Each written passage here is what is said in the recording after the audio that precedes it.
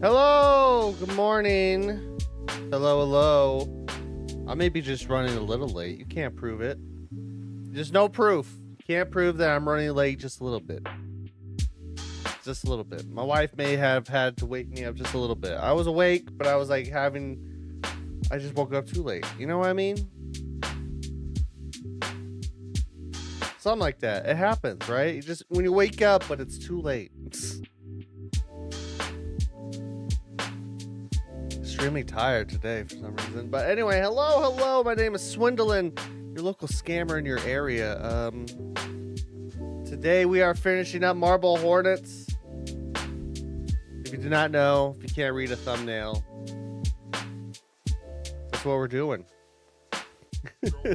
We're finishing up Marble Hornets today, finally, after what, a month of watching this?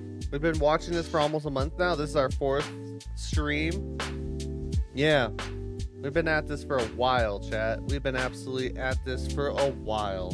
So that's what we're doing. I can give a bit of a rundown if you don't know what this series is. If you're joining us here today for the first time, welcome, by the way. Hope you're doing well. But Marble Hornets is a classic, a OG, as my eye twitches out. A OG of online found footage horror. Yeah, I add extra words to that. I usually do. I usually always add extra words about the title of it. But yes, it is a online horror. It's found footage. It is old. It is classic. And honestly, you could probably argue that it really set a precedent of what online horror could be at the time. But specifically, it's a Slender Man story. Made by 3 college students, I think, at the time. I think they were college at the time. It's very long, as all horror series was at the time. Very long series, for some fucking reason.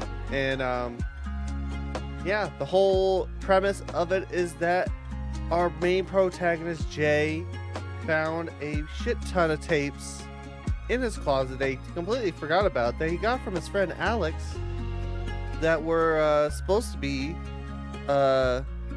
footage from Alex's student film called Marble Hornets that he did not complete for whatever reason. And Jay's like, I want to keep these in case we want to do it again. And he's like, what were you going to do with them to begin with? It's like, I was going to burn them. I'm like, oh, that's not weird at all. But I'll take them from you. And then 3 years later, he remembered he even had them. What a good friend, by the way. And that's where chaos ensues. Because we're definitely finishing today. We're definitely going to be finishing today, even with all my talking that I usually do during these series. I talk a lot for these reactions. If that's not your thing, I get it.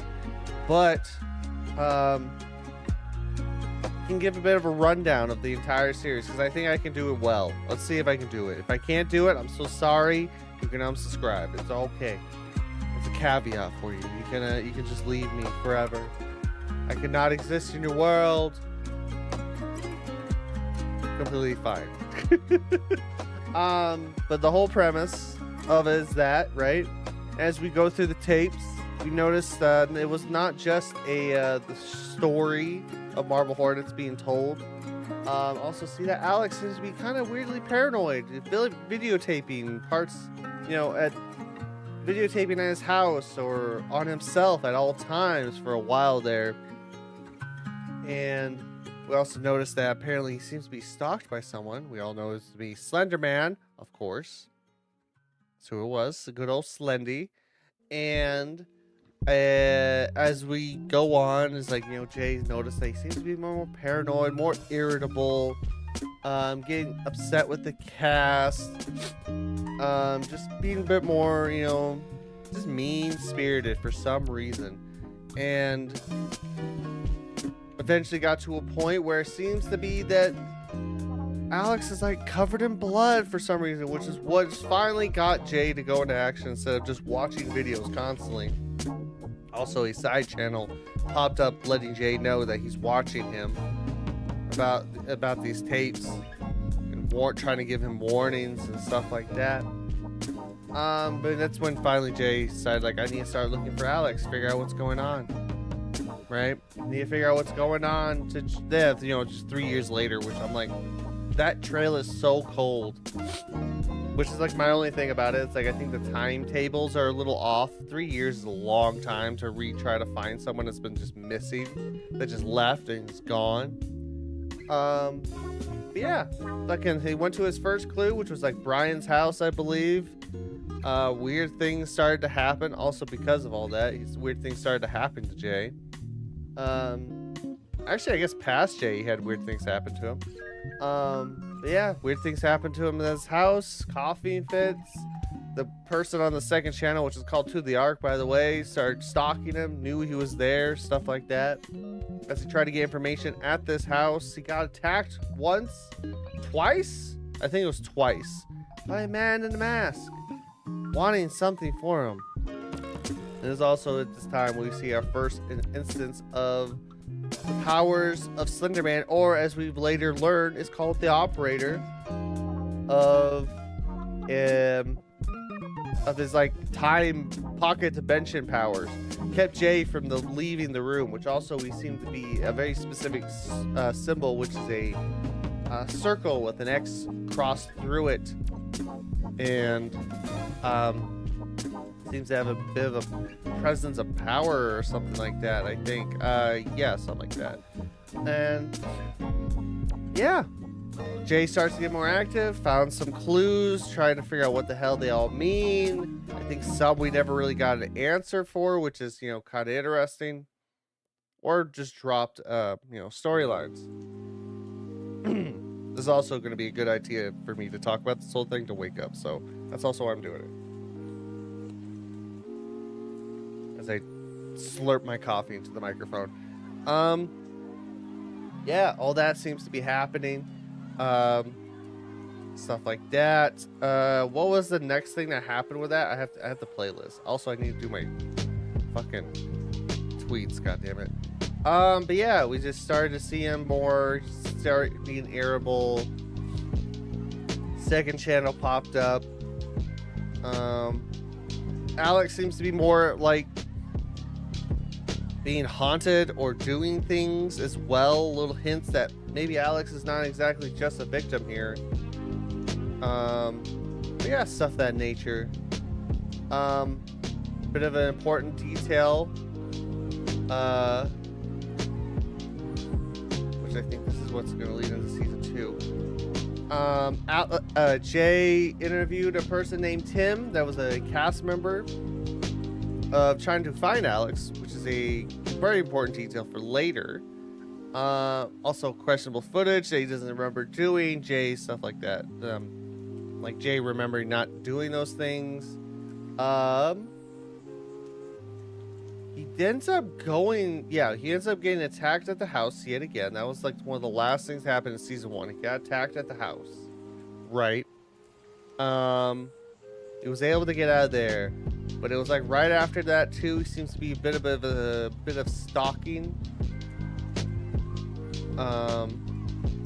From the man in the mask, which actually ends up getting a name thanks to the community. If you don't know, his name is Masky.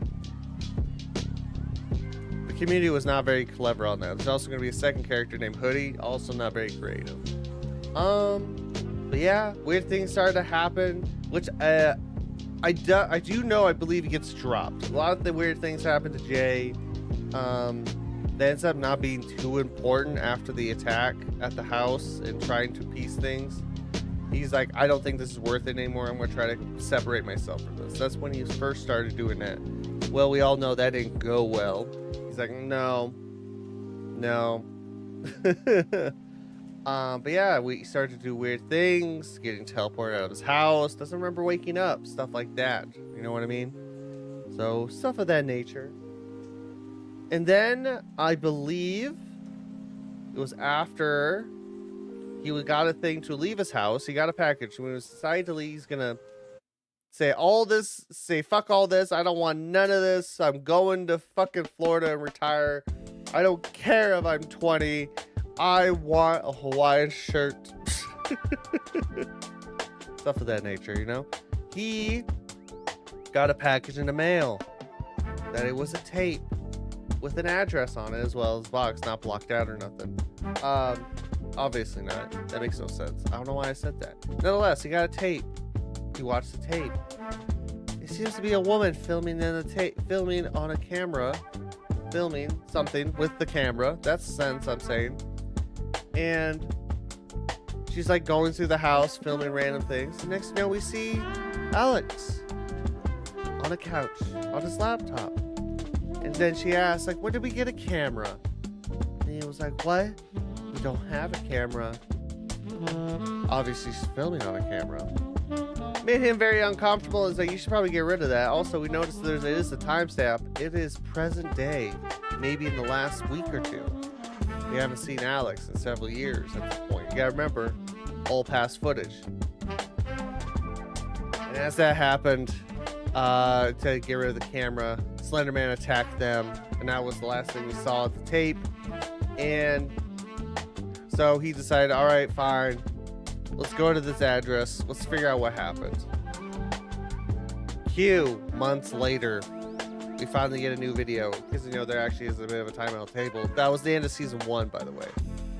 We get a timetable. Jay is filming from a hotel room. He doesn't remember how he got there, but he has all his things. And then for some reason, he does not remember the last 7 months of his life. Yes, does not remember the last 7 months of his life. As we progress, he's just trying to figure out what he can figure out at this point, because he doesn't have a lot of tapes, doesn't have a lot of evidence of that. There is a safe in his room, doesn't know the code for it, obviously, he doesn't remember. And so he's just going through life, trying to figure out shit. What area he's in, where the hell is he? And that's when he get confronted by the girl next door of the hotel room, which they share a door, which is always, those always freak me out. He have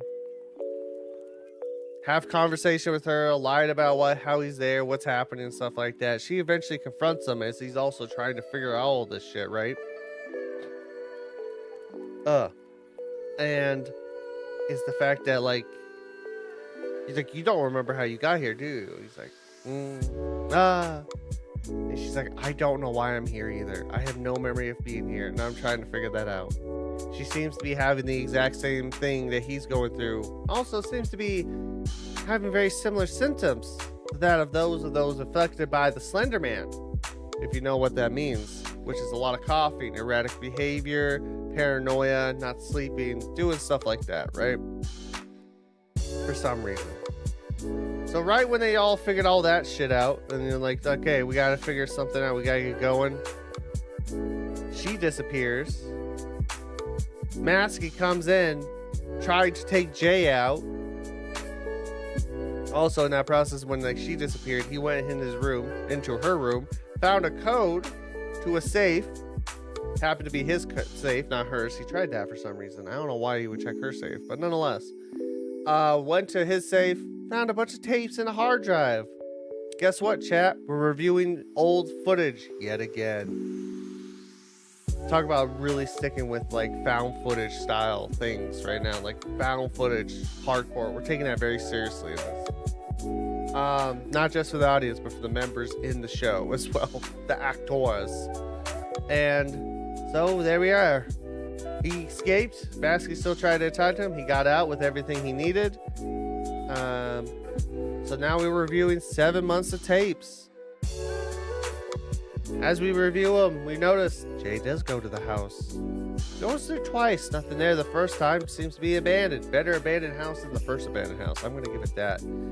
And the second time he went there, though, he was looking a little bit more detailed into the house. Alex comes out of nowhere, tells him, watch out. Masky's basically back there, just giving him signals. That's when Masky finally attacked as they were digging deeper into the house. Masky attacks, they pin him down. Jay rips his mask off. It's fucking Tim? What? What do you mean it's Tim? What do you mean? How could it be Tim? Because it is Tim. It is very much Tim. So, and it was in that instance as well. Alex seems to be like, "Yep, we gotta take care of this real quick." Grabs a fucking giant cinder brick rock. That's a sentence to say when you're tired as hell. Apparently breaks his leg. At first we thought he killed Tim for some reason, and it's like, nope, broke his leg. Yep, that happened. That happened. So Jay is reviewing the footage some more. Doesn't know the dates on a lot of things, so everything's a little out of the order. But that was like the first tape of the whole series. Of season 2, I should say. Of, you know, Alex comes out of nowhere from this house. They attack Maskey, because Maskey seems to be there for some reason, trying to take them out. And they broke his leg. Then he's trying to get out, like, answers from Alex. What the fuck's going on? What's happening in this whole situation? Why did you try to contact me? He's like, hey man, shit's fucked, I know. But I need you to help me find my girlfriend. She's missing. Her name is Amy. That's basically the premise of that. They go... A lot of different things happen. Alex seems to be finding them through a forest. Jay's being a little bit more active. He did learn about a location called Rosswood, which seems to be important for some reason, and they seem to be going through that forest a few times. Slender Man's there. They get attacked a wee bit by him.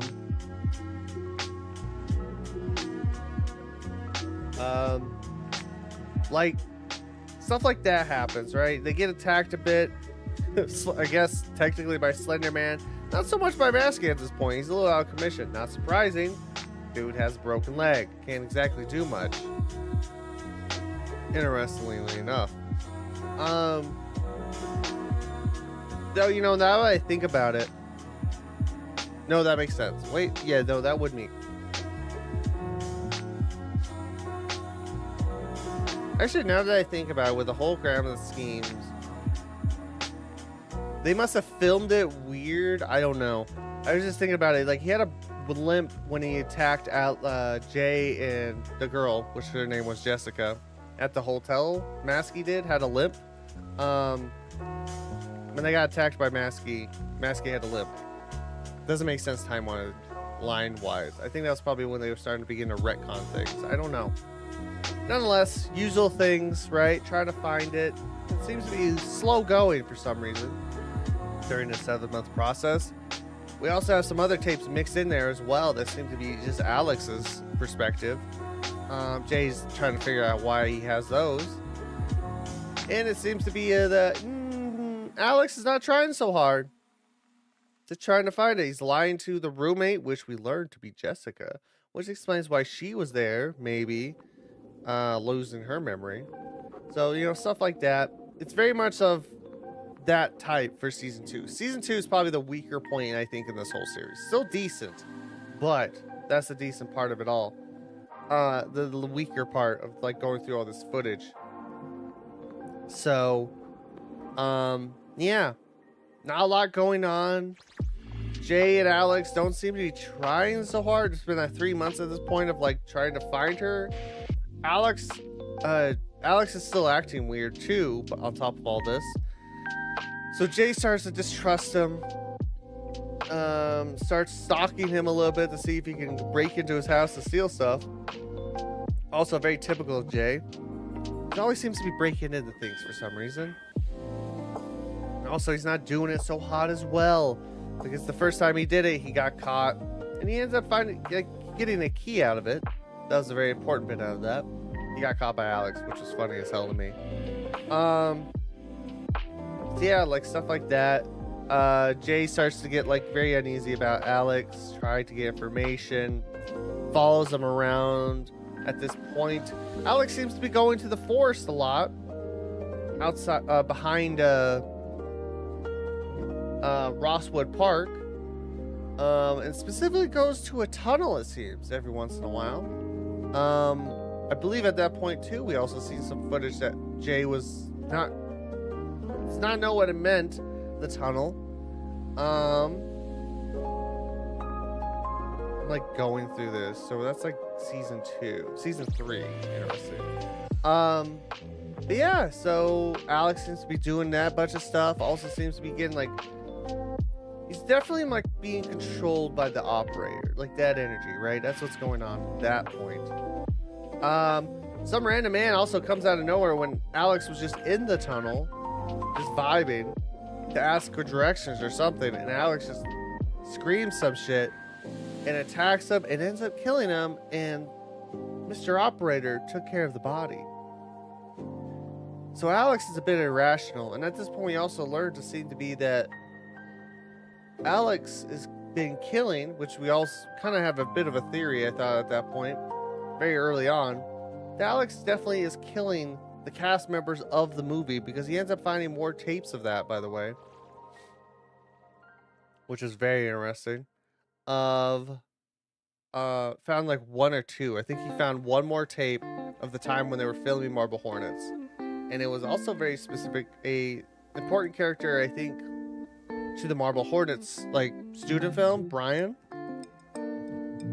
Is it over already? No, you're just in time, Pascal. Hi, how's it going? I'm just explaining for those that not have seen the series. I'm giving a very bad rundown of the entire thing up to this point. Just explaining it. So at this point, you know, there's a character, Brian, and we learn that Alex seems to be taking people out at abandoned locations. So yeah, good reason to be leery of Alex. I think it was around this time as well. Yes. What happened next? So yeah, because of that leeriness, Alex gets a whiff of that, and he wanted to take Jessica and Jay out to a location to talk about, like, there's something important to talk about. And that's when, like, Alex pulled a gun on both Jessica and Jay. He didn't want to include Jessica for some reason, but Jay was very persistent on that. I remember that as well. Yeah, so that happened. The mask came out of nowhere and attacks Alex, attacks them, and they got Jessica and Jay ran away. There was a gunshot. That was interesting enough. And they decided, like, we need to get the fuck out. We gotta gather your stuff. Let's meet up at a hotel. And they end up doing that. And it's like, all right, I got all these tapes. Oh, also he stole a bunch of tapes from Alex from his car. That happened with that as well. I'm also trying to remember weeks of this. This is where my brain is at. So yeah, that's how we got a bunch of tapes from Alex. They go to the hotel, Jessica and Jay, to hide out, to figure out the next plan. And he's like, Jay puts all the tapes into the safe. We're catching up to where we started at the beginning of season 2, if you haven't realized. We're catching up to that. And they were going to get ready to go, and that's when both Jessica and Jay gets attacked by the Slender Man, or the operator. And for some reason, he decided to take 7 months of their life out of their brains. Story-wise, very confused by that.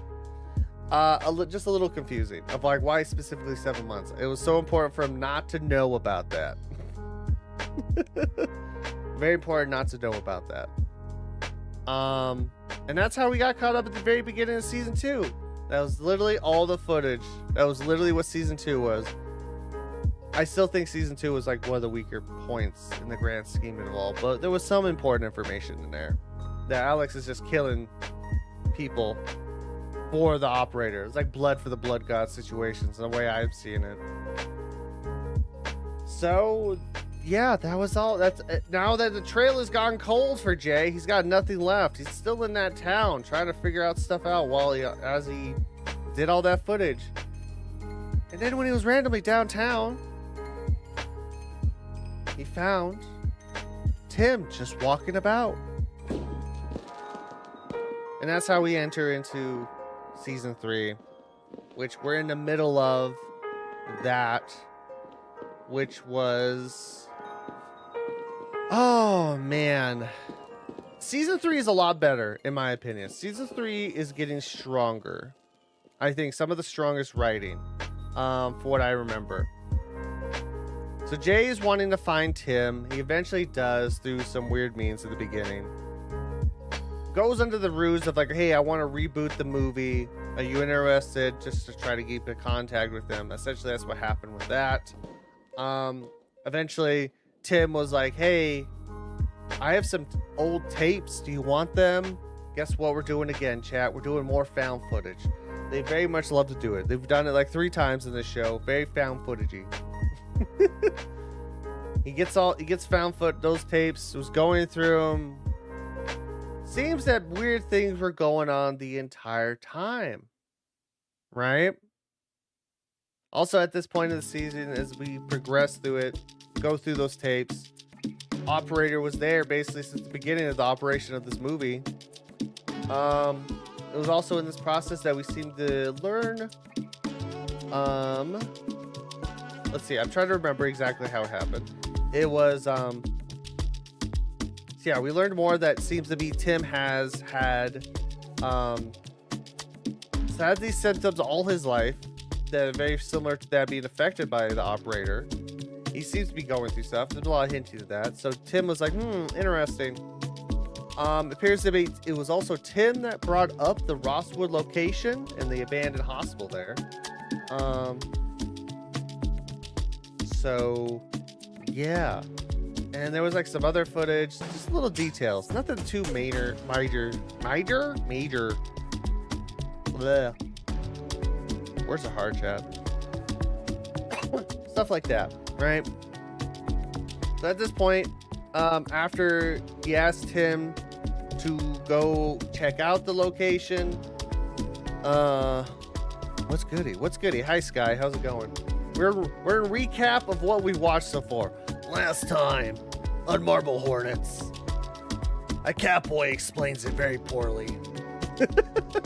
I'm explaining it very poorly. And then we'll get into the last bit of it. We only have like, God, how many more videos do we have? We have like 1, 2, 3, 4, 5, 6, 7. We have like 7 videos left. But I'm doing good, Sky. I'm just tired explaining poorly Marble Hornets. It was the most interesting thing about exploring the facility with Tim is that he seemed to be very leery about the annex building, which I think was more of the residential area. How are you using that VTuber model? Is it a website? No. I'm using like some VC face to project the program into OBS, and then since it is a 3D model, it's like a VRM. I'm using was it XR Animator to do the tracking, the face tracking, and then VC face to get into OBS. That's what I'm using. Kind of an older system because this is a 3D model that I'm using right now, which I like to use for the watch-alongs and sometimes. But yes, that was the weirdest bit. He didn't like the annex area at all, because for some reason we don't know at that point. And that's when we ran across, oh, I forgot the most important character that we've been seeing every once in a while, Hoodie. Also another terrible ass name. Who seems to be every once in a while somewhat helping Jay with certain things, like bringing his camera back to his car. He's so nice about that. Bring his camera back to the car, stuff like that. Found him wandering through the annex, which seems to be trying to lead Jay and Tim to a very specific location, a maintenance tunnel. That was a thing. That didn't go well. They left after that. And as that happened, Jay was like, I guess I'll finally confess to Tim that this thing's not happening, whatever. But little did he know, at the same time, Tim got a hold of Jay, wanting to meet up, to go somewhere, right? To talk about stuff. And it's like, I'm getting my names mixed up. Jay wants to tell Tim about what's going on. Come clean. At the same time, Tim got a hold of Jay. Hey, let's meet up. We gotta talk. They do. Tim punches him in the face because he found out about the channel, the web channel, the YouTube, the YouTube Marble Hornets, and it was all that. And he's like, leave me the fuck out of this, man. I am losing time. I woke up one day with a broken leg, not knowing how I got it, you know, stuff like that. So at that point, he's like, I don't want anything to do with this. However, didn't really matter too much at that point. Now did it, because he still got what the hell? What happened after that? Marble Hornets has so much going on. I'm trying to remember. I think it was like more Tim referring to like videos. Oh, he ends up going back to the maintenance tunnel on his own after the confrontation with Tim. Jay did. And we found out, apparently, someone left medical records in the maintenance tunnel. I don't know what you're talking about, but it's intriguing. So, for everyone joining, I'm in the middle of trying to do a recap of a series called Marble Hornets, which we're finishing up today. I'm so sorry also if this is also very confusing. Marble Hornets is a classic, like very old, found footage horror series. It is a Slender Man series as well. We've been watching this all like for almost a month now, every Monday. And we're about to finish it today. So I'm just trying to do a quick rundown of what I think it was important and what I remember. It's very old. If you've never heard of it, I don't blame you. The original series came out, like, started 16 years ago and finished like 3 years later. It's very old, but it's a classic, and also very pivotal to anything like, I think, online horror and that style. Big stepping stone, especially in Slender Man stuff, because it was the OG, like the first video media of it, right? That also took off with that. So anyway, at this point, right after the confrontation, he goes back to the maintenance tunnel, right? Gets finds that the hoodie or somebody left him some things, a weird little figure of Slender Man and some paperwork, which seemed to be about Tim and about how he was in and out of psych wards, I think in the specific psych ward, and having all the symptoms that you were like the same as being affected by the operator, which, by the way, if you don't know, for those that are just coming in, Slender Man is called the operator in Marble Hornets. That way it can still be its own thing, but also we all know what Slender Man looks like. You know, just a little bit of originality in their part. As he was going through all that, Hoodie had some ideas like, yeah, I'm gonna trigger Tim to become masky, and you got to go find him, essentially. And that's how basically they just like, we're just gonna inject Tim into the story more, because that's only gonna get worse. And then from that point on, Tim and Jay starts working together, which, as my complaint, Jay has been very more reactive to the whole thing, right? To everything going on in the last few years of the story. Just more reactive, not really solving stuff. So Tim was like, okay, I'm going to be with you. I want this shit to be over. We're going to figure this stuff out. He's a little bit more proactive, trying to go to old locations in the filming of the old tapes that we saw, try to figure stuff out. Stuff like that. We get, I think it was, somehow we got footage. I think it was,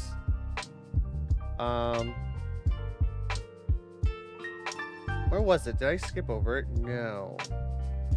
I don't think I did. I don't remember what it was.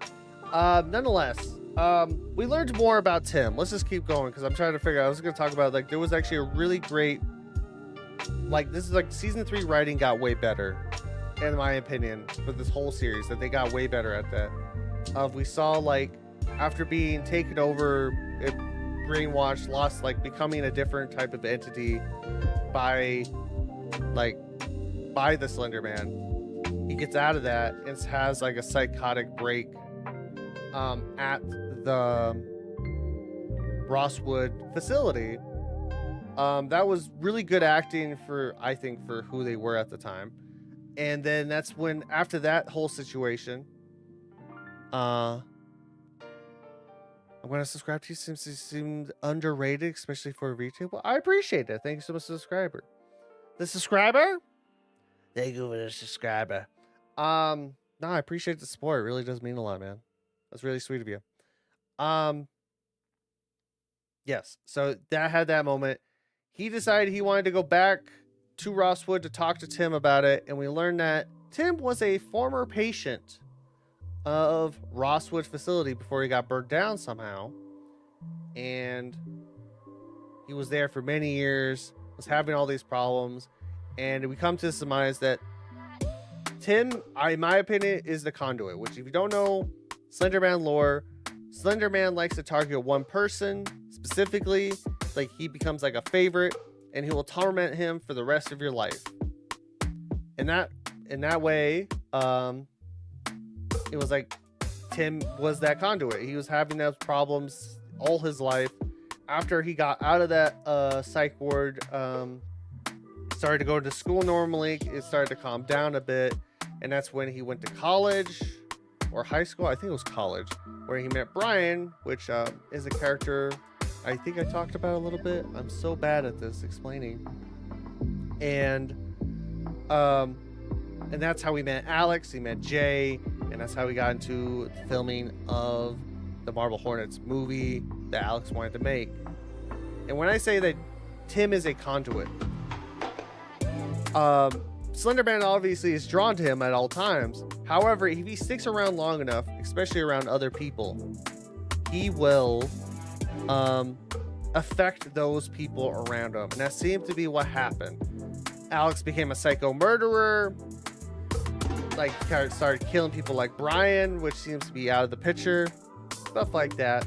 And we can surmise that I think at this point, Tim is the reason why all the events in this entire series went down. Which, fun fact, there is a alternate timeline series in the world of Marble Hornets called Rosswood, a 6-parter. It's very good, made by the 2 creators, of basically an alternate situation. It's like, what if Tim never went to college to work on that film? Guess what? They grow up to do other things, and they made that film. It wasn't very good. It really wasn't, though. They did eventually meet Slenderman through a different means, but yeah, basically, in my opinion, Tim was the reason why this whole story went down. So that all happened. They're trying to lay low, trying to get it. So at this point, Alex does not know where they are. We have some other tapes that seem to be uploaded, new footage, specifically through Hoodie's perspective, where Alex attacks him. Hoodie's another character, kind of like Masky, I'm assuming. Someone being taken over. They're very mysterious. Uploaded on a channel while Jay and Tim are like vamoose. They're like just under the radar, trying to figure out all this stuff. And then they start popping up again a few months later, and they're back at the gazebo from like entry 1 or 2 during the filming of Marble Hornets. They're trying to inspect that whole area. They didn't really find nothing. The only thing important from these few videos is that Jay seems to be starting to become more like Tim. He's been doing it long enough that Tim, like, when you get affected by the Slenderman much, you get lasting effects, hallucinations, you get violent, extra paranoid. That seems to be the case with Jay at this point. And Tim is trying to warn him. It's like, hey man, you need to go see a doctor about this, of course. Try to get meds to help do this. Because that seems to be the only thing that helps with those symptoms, is taking a very specific drug for some reason. So yeah, that's basically what's kind of happening there. Jay's losing his mind a little bit. God, I'm like looking through, trying to remember, because this is like a week ago. It was a week ago. Yeah, more entries from Hoodie specifically, who also seems to be going through the same thing. So he is of the right mind, but he seems to be trying to help Jay and Tim for some reason. We don't know who he is. But he also is like stealing drugs from Tim's house. because like he needs those drugs to stay sane as well. Stuff like that is happening, right? Let's see. I can't remember how they got more information, but I think they somehow, I don't remember now. I'm trying to blank. I'm thinking so hard. How did they get there? Where's the string of how they got to a old college campus? I don't remember how we got there. I think it had something to do with Alex being there as well.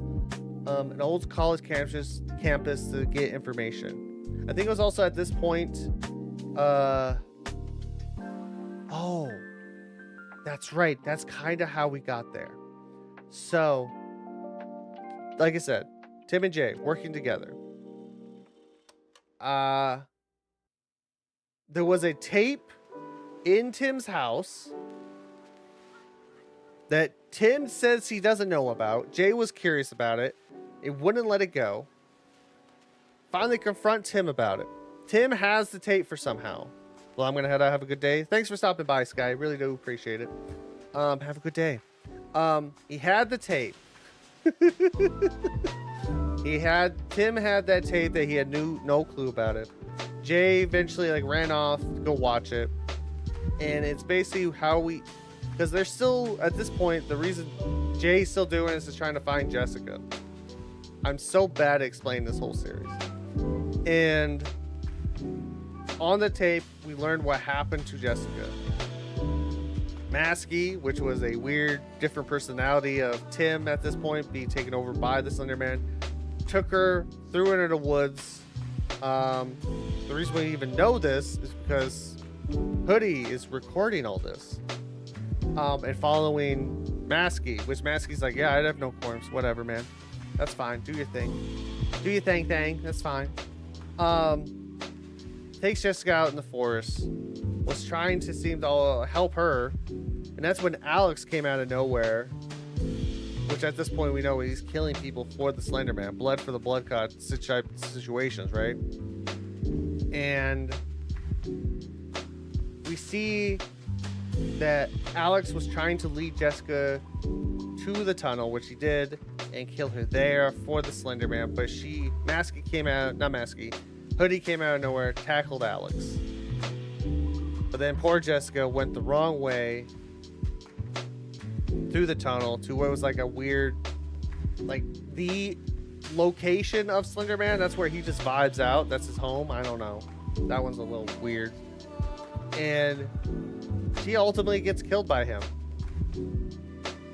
And Jay, not trusting Tim at this point, which he has no real reason to, because I guess he was hiding a tape, but Tim is not our enemy at this point.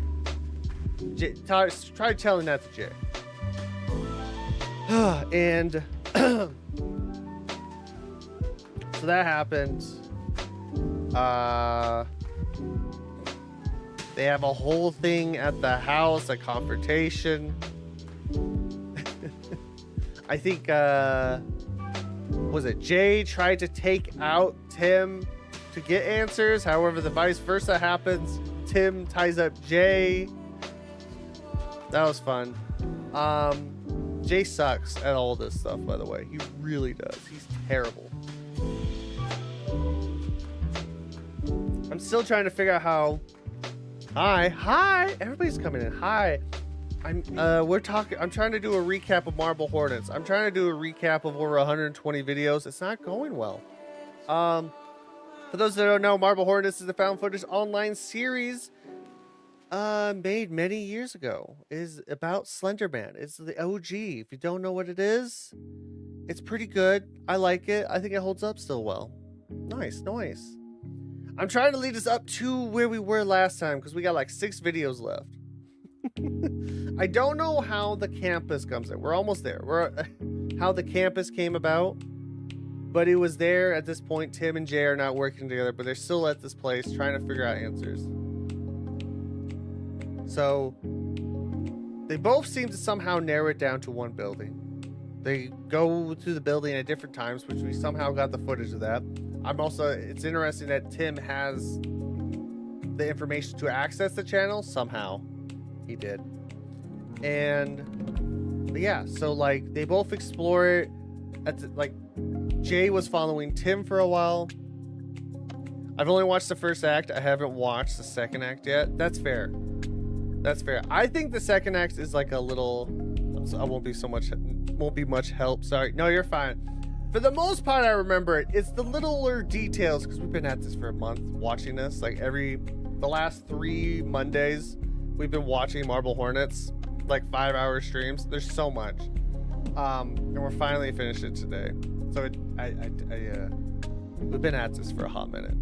I think the second act gets a little weaker, but I think it really comes back up in season 3. Personally, season 3 is great. That's what we're talking about at this point. We're talking about season 3. So if you don't want spoilers, totally understand. But yeah, Jay's following Tim around. He eventually loses Tim. He goes like, I'm about to get into some spoilers in the moments, just so you know. If you do plan on watching it. He's exploring around. He somehow comes across Alex. No, it's fine. Oh, my spouse. Gotcha. He comes around Alex. Alex shoots Jay. And then Jay is like bleeding out in a room. And Slenderman took his ass. And then now we're back at Tim's perspective, which we found that switches to his perspective right after Jay gets taken, because Tim finds Jay's camera on the ground and is like screaming, looking for him. And that's when this is like the most fresh in my mind. We go directly to Tim's perspective from way before all this and how he got there, what was happening. Hoodie was down there in weird sewage, which, by the way, they did some shots that like you would get in trouble if you ever did this. They did not get permission to do any of this shit. Definitely not. They went like maintenance like sewage tunnels. It is crazy. So we follow his perspective, which was a lot of information we already know. He didn't learn much different, except he tried to get out of there, trying to find his drugs because he saw Alex. He was about to lose his mind. Tim is being like his best, trying to keep composure, but someone took his drugs, and that's when he blacked out. He went back into the building, and he found Jay's camera with Jay nowhere in sight. And that's essentially where we left off last Monday. That's where we left off last Monday. Jay is gone. Jay is shot. Presumably, Jay, our main protagonist of the entire series, might be dead. So now we're following Tim for the last 6 or 7 episodes, which is also part of the reason why I talked for a while, because we're gonna be done with this real quick. 1, 2, 3, 4, 5, 6, 7. Yeah, we have 7 videos. Love Bros Addicted. Bros Addicted.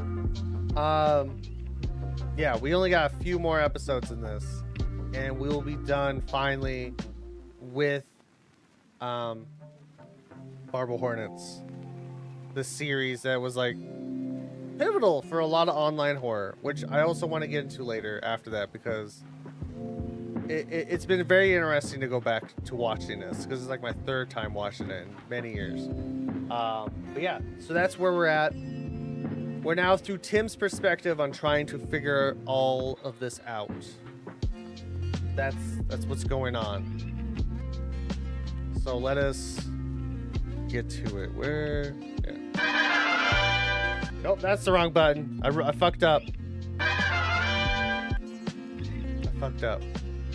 First analog horror on YouTube. More like it's not really an analog horror. I guess you could argue it's an analog horror purely for the fact that it takes place technically where analog horrors, but it's definitely not a analog horror. If you want to get into the woods of it, all right, you want to get in the weeds of it. It is more of a found footage film. It very much came off as a found footage film. Oh my God, so cute. Left the transistors. Thank you. I made it. I made it. It is very much, yeah, I would definitely not call it analog horror. It is found footage. it is the first for Slender Man as well. For like, I wouldn't say first, not saying like it's the first thing, but it is the first video media of Slender Man back in the day. Are you a cat or a fox? I am a cat. I'm a cat. I'm just a two-toned cat. Also, a little lore. My character's a bit more based off of my FF14 character. If you know what, like, one of the species of cats look like in that. So yeah, that's how I would classify this more. Is definitely is the, but it was, I would say, is very pivotal for online horror in like found footage style and all that. Definitely, but I would not call it analog horror. All right, so let me get that muted. Let me get, nope, that's the wrong one. Let us get to it. We're on entry 82.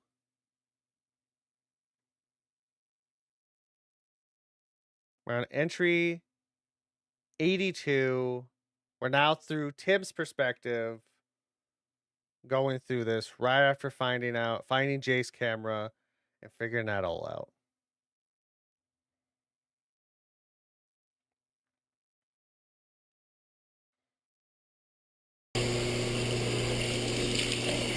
Also, let me know if it's too loud. I've been without my medication for quite some time now. If I don't get it back soon, I risk having a serious relapse.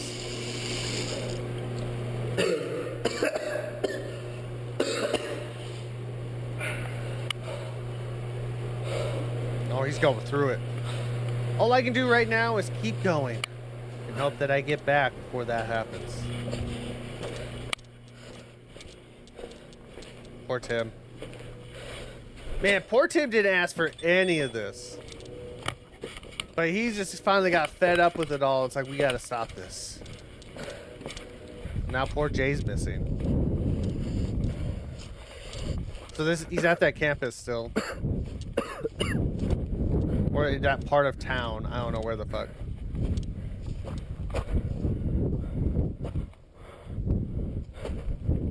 He's almost there. You're almost there, Timmy. You might not. You probably shouldn't drive. I just want to let you know. You probably shouldn't be. If you're stumbling this much.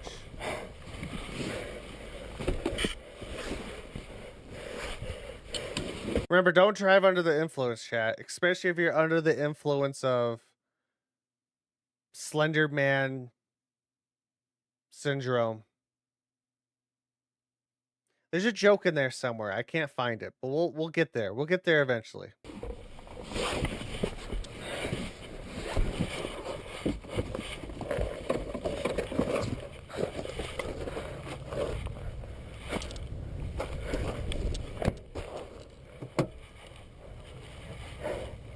It's a laptop.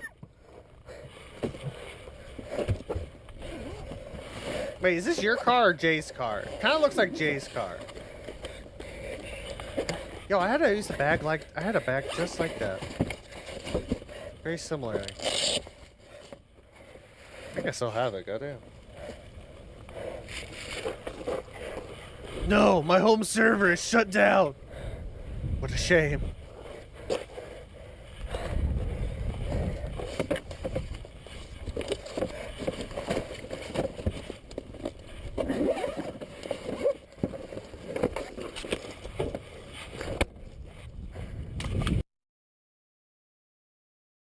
Okay. I looked around on Jay's laptop. Oh, it was Jay's car.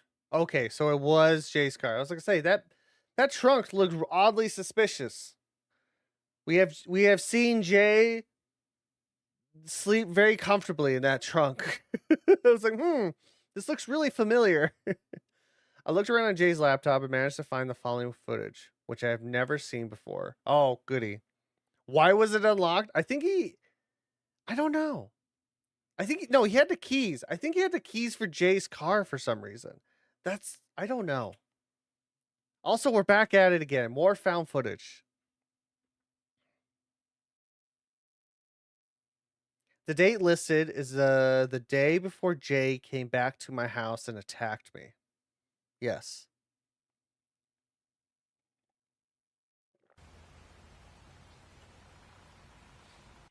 Why does man think of Slender Man?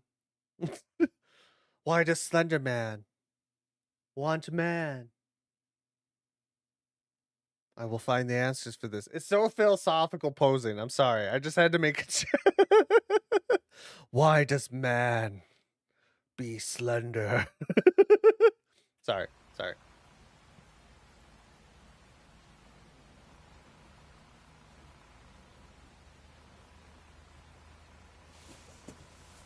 I didn't see the keys in the thing. I think he just unlocked it with the thing, I thought. I don't know. Why he be slim? I like it. Wait, is this the park where they went through Rosswood?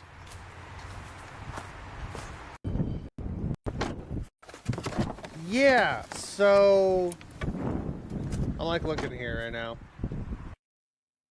Yeah, I think this is where. So I think this is where they went with Jay, Jessica, and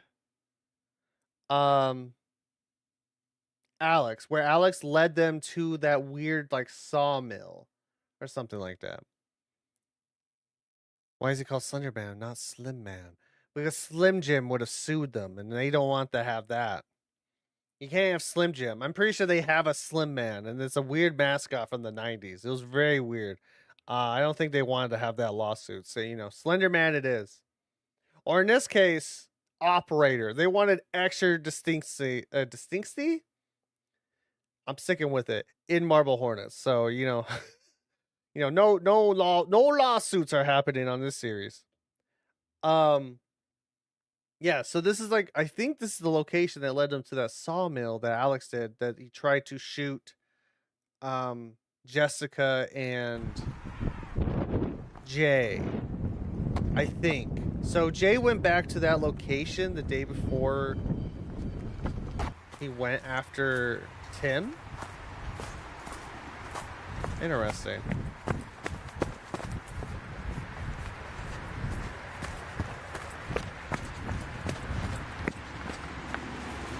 Oh God. Why did you go back to the drainage tunnel?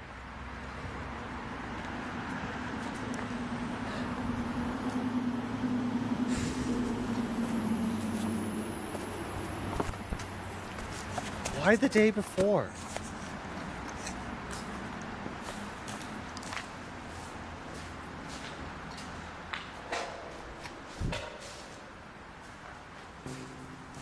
We all know Alex is going to be here. Because he's going to be like teleported by the operator to get here.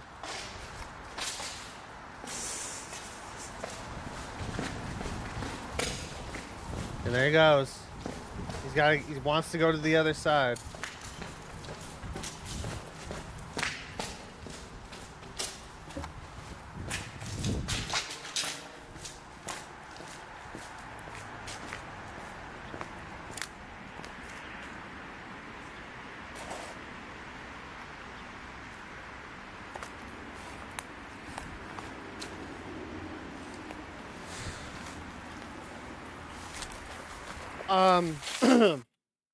I know I explained it a couple times, but if we keep getting new people, I'd be happy to explain it again. So, for some reason, I think the Slender Man has like a territory, right? He has a place that he likes to vibe out at. And specifically, this drainage tunnel is like the entrance to that area. Because we saw it through Jessica's perspective of when she tried to escape Alex and Hoodie. She went through the drainage tunnel area, or like the second channel that's involved into this, to the Ark. It's the Ark, they're both curved, chat. Curves are be arcing. You know what I'm saying? That's a sentence, I swear. But Slenderman seems to have a location. That's where he sticks around.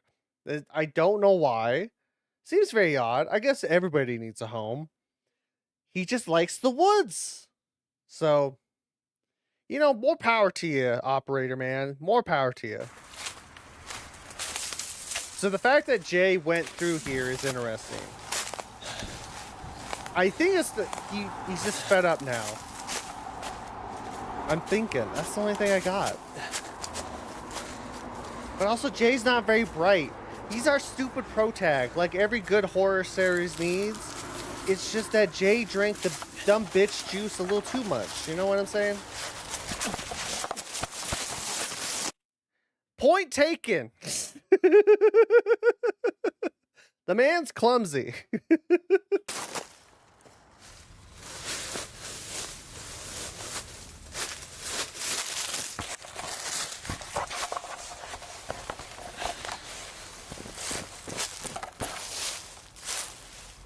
He's dumb and has no safety skills. That is fact. He has no survival instincts at all.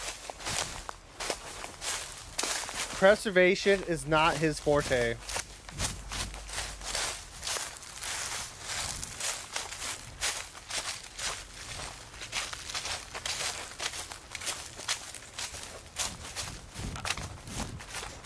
Also, this is our first time seeing it in daytime. We were here at nighttime with Jessica, but yeah.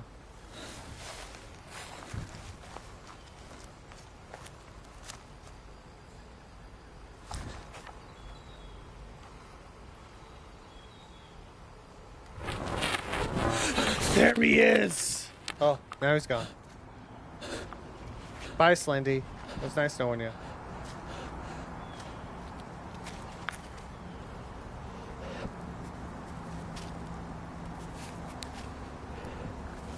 You went to the house twice at night in the first day? Yeah, that abandoned house, right? The quote-unquote abandoned house? Yeah.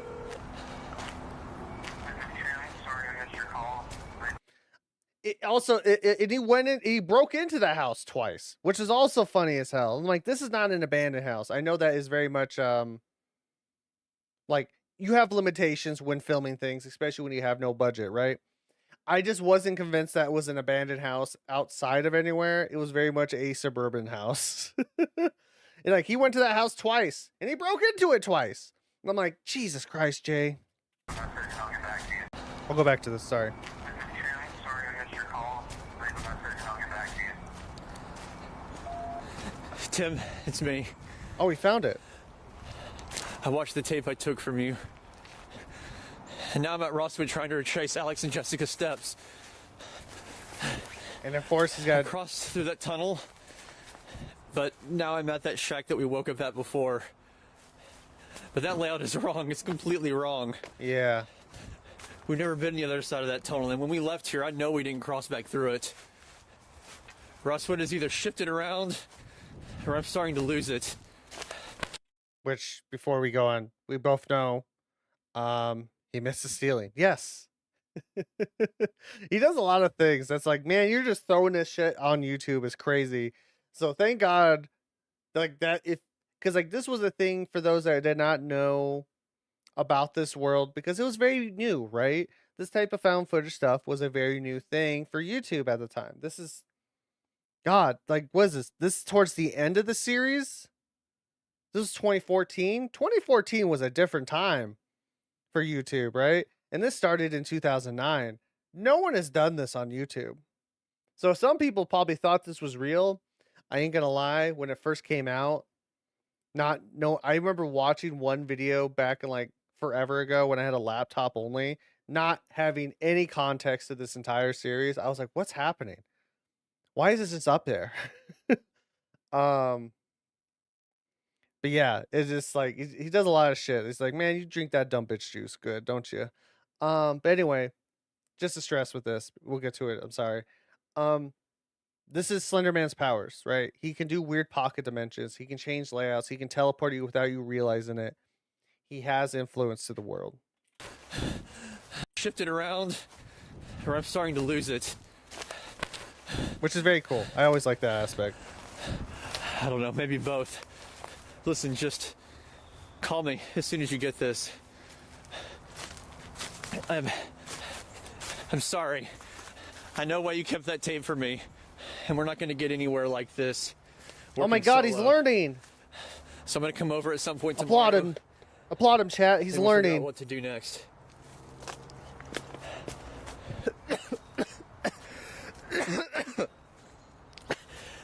I gotta get out of here. I'm starting to see things that I know aren't there. And it's starting to make me feel really sick. Call me back if you can. And this was like before or after he attacked him. I don't remember. Nonetheless, our good boy Jay is finally having learning moments.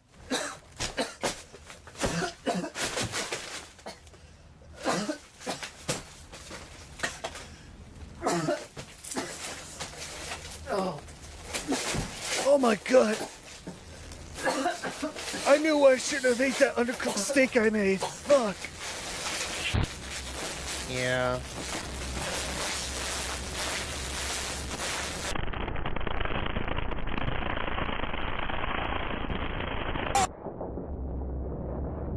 Jay. I threw up, Jay. I threw up in bed.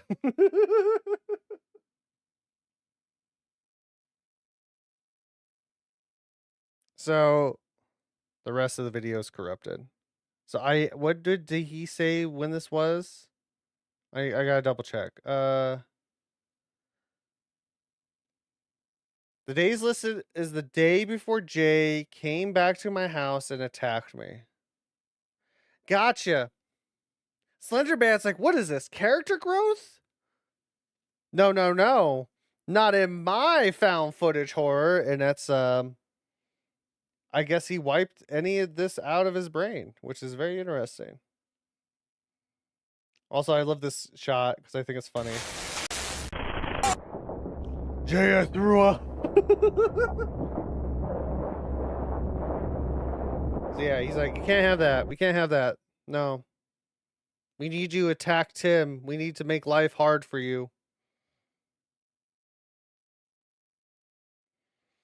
Yeah, the rest of the video is corrupt.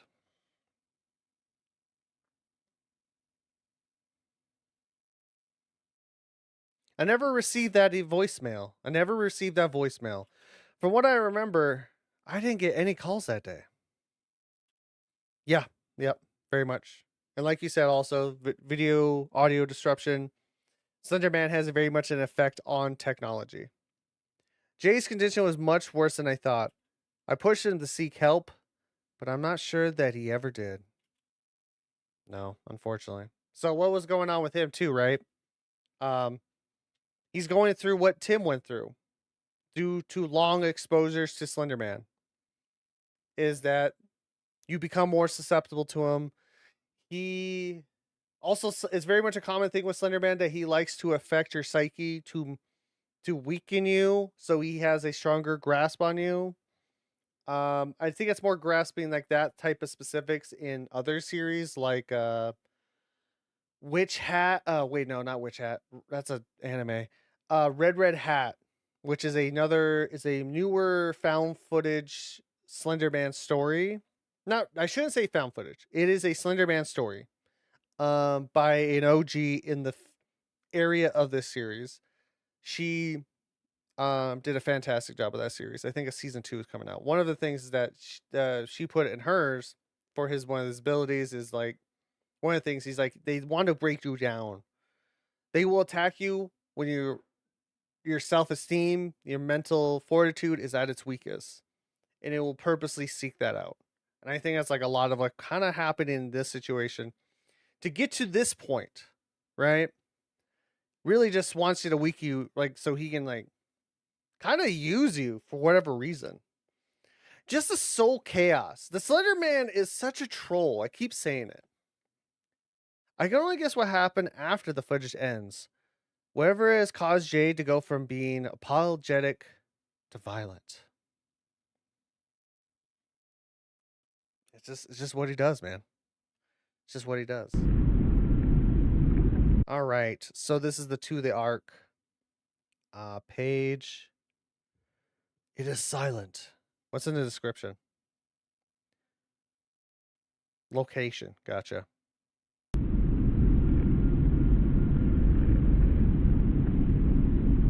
What is silence, Mr. Student Man? Who is left to hear the secret?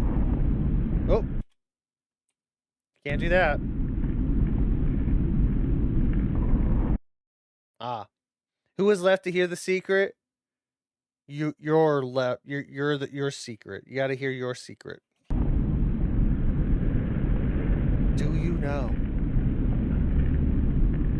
I have for years. Ark awaits.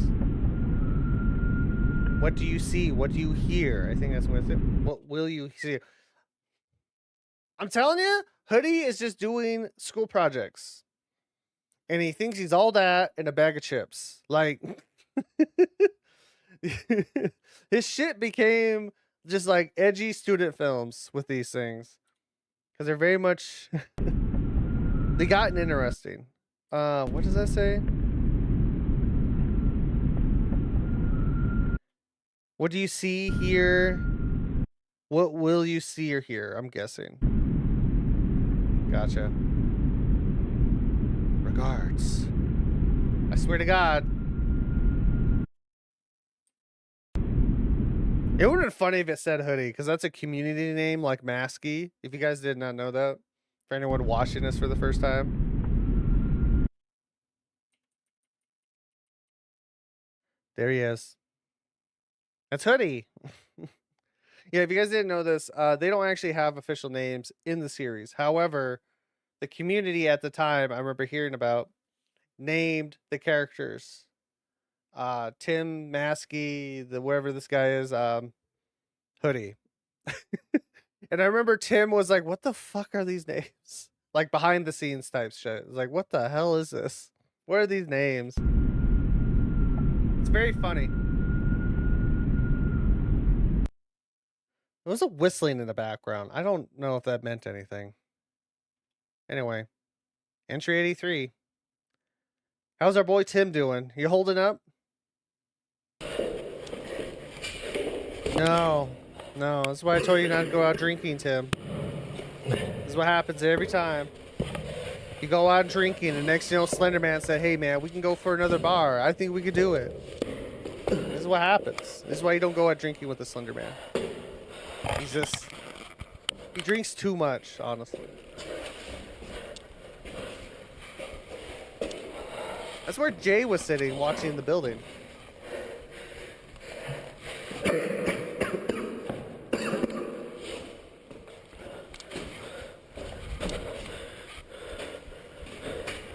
Very much trying to keep, like, figure out what the hell is this whole situation before he loses his mind.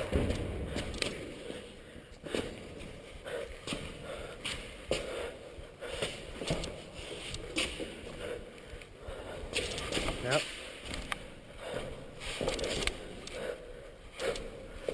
Gotta hand it to Tim, though. Can we just say that? I think Tim is the better protag. When, like, when they introduce him to be added. I also forgot to tweet my stuff out. Fuck. I'll have to do that in a bit. He is the better protag when it comes to trying to want to figure this stuff out. Right? He's like be more proactive than anything Jay has did in the past, and like we're seeing it more so. Like he's being slowly losing his mind, and he is still like trying to figure out shit. Props to Tim, man. Like honestly, props to Tim. Also, let me separate that. Or not. There, Jesus Christ. I was trying to move some stuff so I can tweet out, but I forgot. Oh well. What if I do this? Okay, goody. Goody, good. Thank you.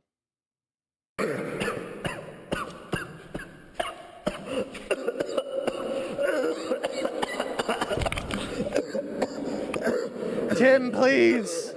I believe in you. You can do it, Tim. Get your ass up.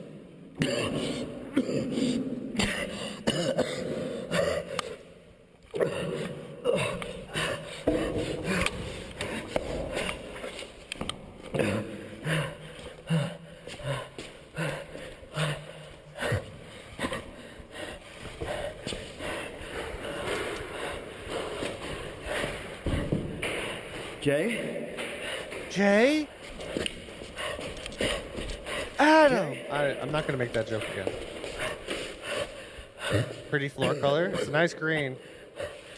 That's Hoodie or Alex. It's one of the two. That is not Jay.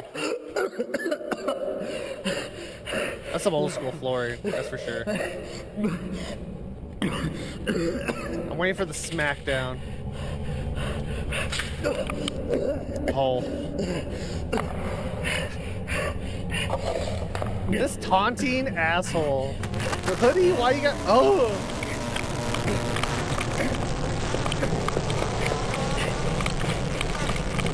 Hoodie is such a taunter.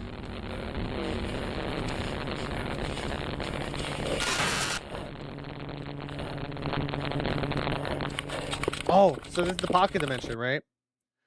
Run, Tim, run. So that was, yeah, so this is that pocket dimension I was talking about. We actually seen this version of it.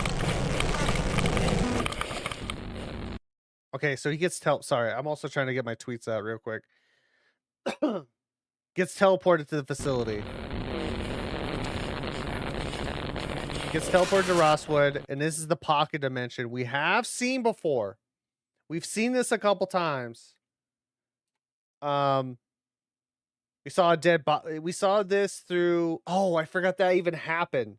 So Tim got tortured by the Slender Man, which led to the breakdown, which also led to him telling Jay why he has a connection to Rosswood. When they were investigating, he got snatched up by the Slender Man, was tortured for however how long he was in here, because time and space, like time has no meaning. Very much so. He was teleported to the woods, thrown into water, thrown into this pocket dimension. Tim was tortured for however long. We have no clue how long. But it definitely affected his psyche.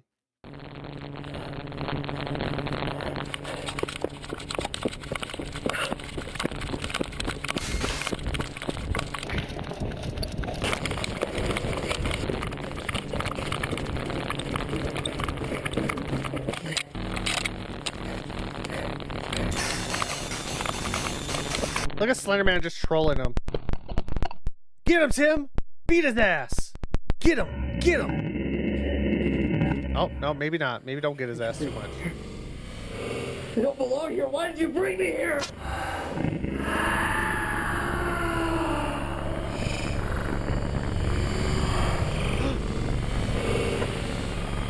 He unmasked him? He is a liar. I love they keep going back to that.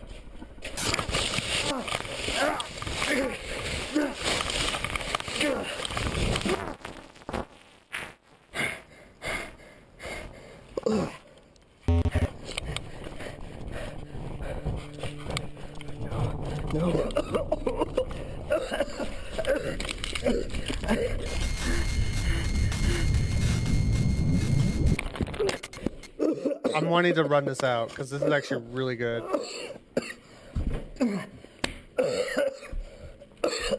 Okay, we have a moment. This is where I think, like I said, that like season 3 got better, right? Season 3 got better about it. The Marble Hornets guys really found their footing more so than anything of what they would want to do with the Slender Man. Like Slender Man feels like such a bigger threat. I'm also I forgot to fix my camera. I was standing for a while there. He has such a like they figured out what they want to do with him specifically to make him a larger threat. Because in season 1 and 2, he doesn't do a whole lot. He really doesn't. Like especially season 2 felt more about was definitely more about the people involved, right? And their story, which is needed. Don't get me wrong, it was very much needed. For the whole grand scheme of it all. But like Slenderman doesn't do too much. He just kind of stands around, not showing that he can be a threat. People are just terrified of him, right? Like, or just like he sticks around just to fuck with you psychic, like your mentality of it. I love this stuff, which is the second time we really seen this effect of that he is like using his prowess, that we've known about and have seen lightly of it, like Jay being trapped in that one room, right? This is more fleshed out. And I love that's one of the great things that we was seeing this as we've watched this series go on, is that the writers and the actors have just gotten better, right? They're just they just gotten better at their craft at what they want to do with this series. And you see that specifically in this. And also, if you are watching Marble Hornets after this, like when we finish this, I highly suggest watching their other series they have on the exact same channel called Rosswood, which is a alternate universe of Marble Hornets. And it is somewhat involved in that, but it's not like a direct sequel or anything. It's just an alternate timeline. To me, that is them being peak like storytellers with this entity. Like, it's very good. Highly suggested.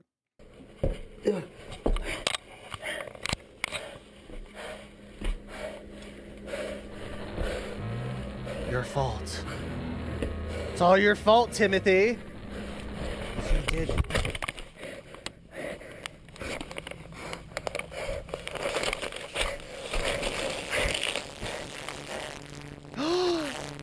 Not Jay. How are you going to explain that to the cops? Can I just say that? I don't care if it is like a pocket dimension. That's crazy. Oh, fuck. God damn it. I chose the wrong thumbnail. I'm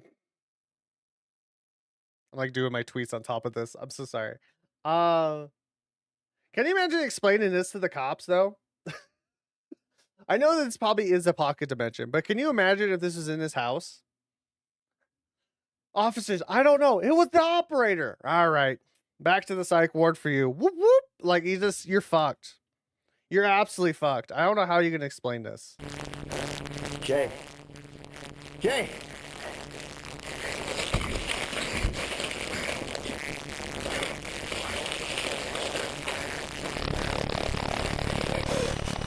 Oh!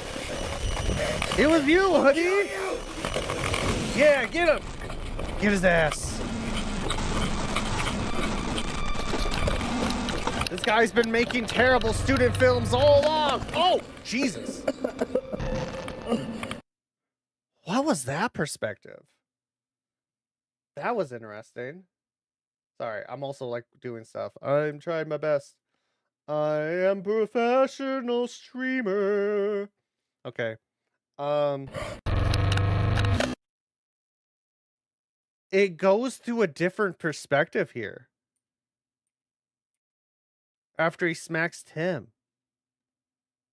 Who did that? What the fuck? Why did it do that? I think that's a valid question. What the fuck? That's fascinating. Holy shit, that's fascinating.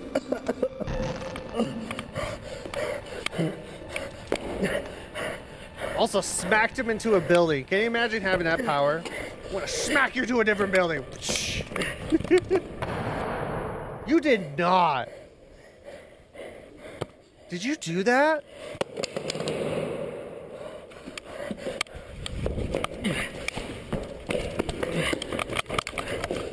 Again, back to like they were doing shit in this series that I'm like, yeah, that sounds like something kids would do. Filming this. They did some reckless ass shots in this season, dude. Holy shit. Like, there was a couple, I think, in the other ones, but they went a little bit more reckless with this season 3. It is crazy.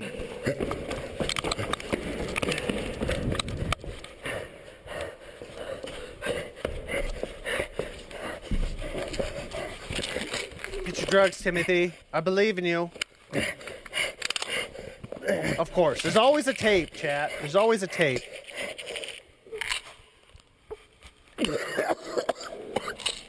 Oh, fuck dry doing pills.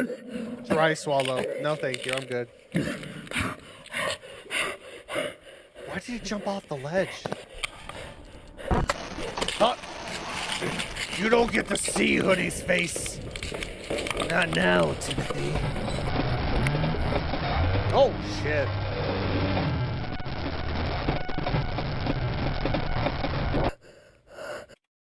What the fuck was that? What was that? Oh, was that Tim? I think Tim got to meet old Alex. This is what I'm saying. I feel like this gets better. Like this, this is full force of what, like the operator Slenderman can do. Like he just fucks with you mentally so hard.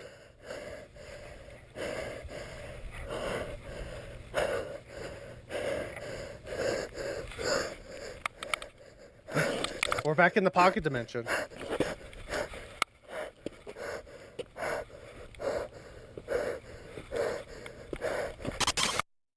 Oh.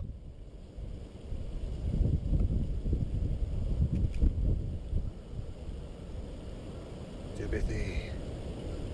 It's me, the operator. I heard you like corn. There's not even corn here. Oh, fuck. It's off the...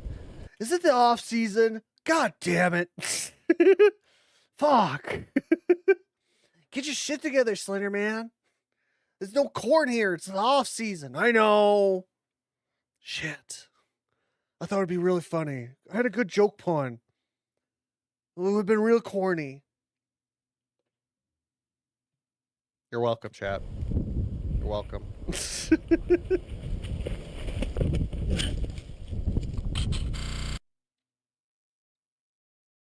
Oh, fantastic. Is that it? Yeah.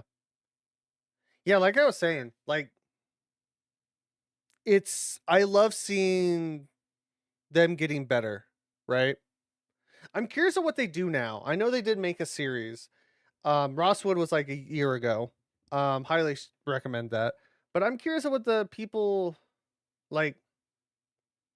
I think the actor for Jay and Alex, they were also the writers, I believe. I think Alex, the actor played Alex. I don't know his actual name.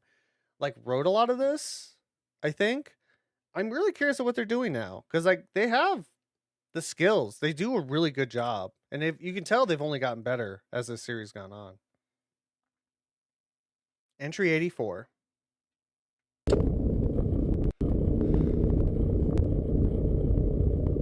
Yeah, I guess the camera would be damaged at this point.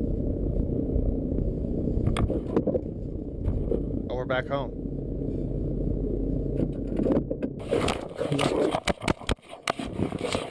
That camera went through some shit. That's how you do it, Timothy. That's how you do it. That's how you fix a camera. You absolutely bust it. Oh, it was the chest-mounted camera. The chest-mounted camera has completely stopped working. There goes our budget. There goes our budget. It just went down the drain with that.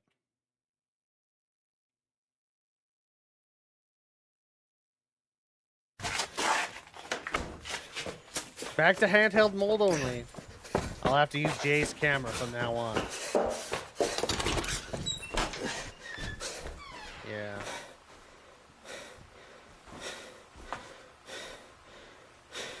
Also, someone cleaned up his house, and you know what? I appreciate you.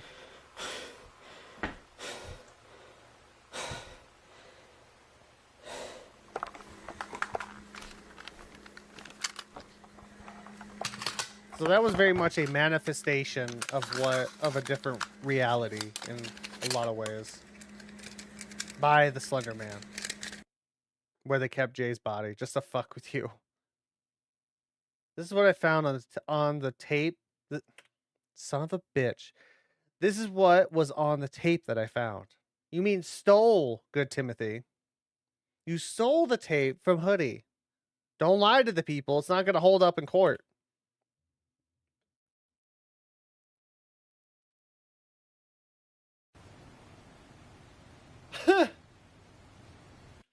Oh. We can't escape it, chat. We can't escape the actual film. Well, obviously, it's a big part of it. Alex Crowley's Marble Hornets. Auditions day 1 out of Who the Fuck Knows, I'm Just a Kid. 11 a.m. through the 7th. 7 p.m. Oh, look at it. It's baby Alex before he became a mass murderer.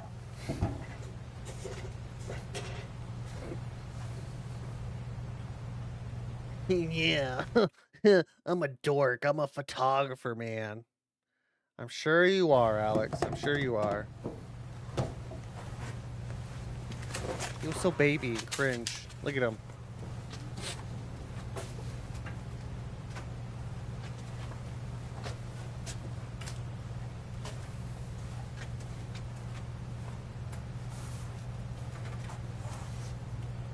The day where it all started, chat.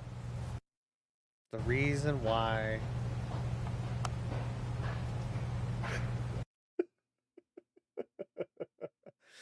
You think that's them? You think they're here to audition? I can't wait. I'm being mean to him, but it's actually really it does play to the story more so though. It's like he's excited. He wants us to make this film. He's excited to try this. He has his hopes up. He's hoping for something. You can't. This is like showing it off. I just think it's funny.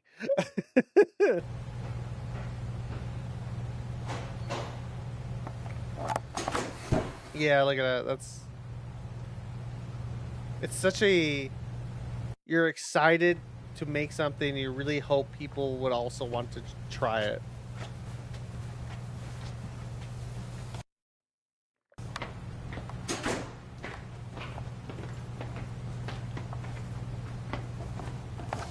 Hey. Hey, Alex. Hey, Brian. Am I late for the audition? No, you're actually just in time. I was about to pack up, but we can still fit There's you in. Timothy. Are there a lot of other people today? There's some competition.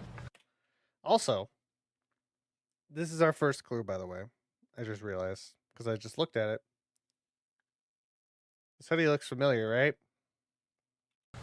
If you just We want got to Tim grab in the a background. script off the top there and have a seat. Right here? Yep. Right. Man, it is cold outside today. Yeah, so just scoot on up to the table there. Right here? Yep. And say your name to the camera. I'm Brian. Full name? That is my full name. Well, I know who you are, so. So, I'm going to be reading the other characters' lines to you. You are, oddly enough, going to be reading for the character of Brian. Oh, wow, really? That's like the one thing I am good at. So, what I want you to do is don't overthink it too much. Just What a simpler what I want time, chat. is What a gut simpler emotional time. reactions. You know what I mean? Just feel your way through it. Does that make sense? Yes. Okay, so we're just going to start at the top of the next page over Okay. there. Right here? Yes. Okay. And just start whenever you're ready.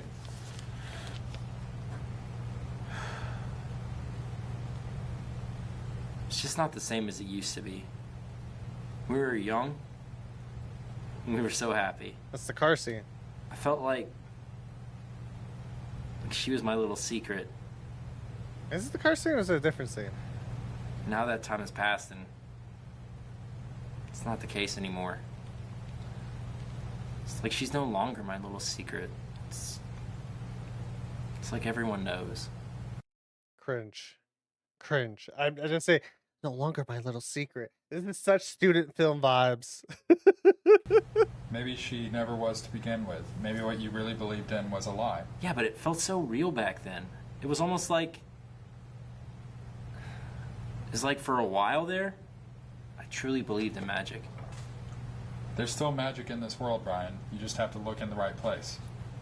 Well, Purpose. wherever it is. Also, the purposeful bad acting on Alex's part is fantastic. Like this feels believable a bit. Like this is like, yeah, this is a weird audition for a student film. It's not here. Not anymore, at least. Great. That was really good. Yeah, thanks. Hey, did you write this? I did. Oh, wow. Good job, dude. Thank you. Yeah, man.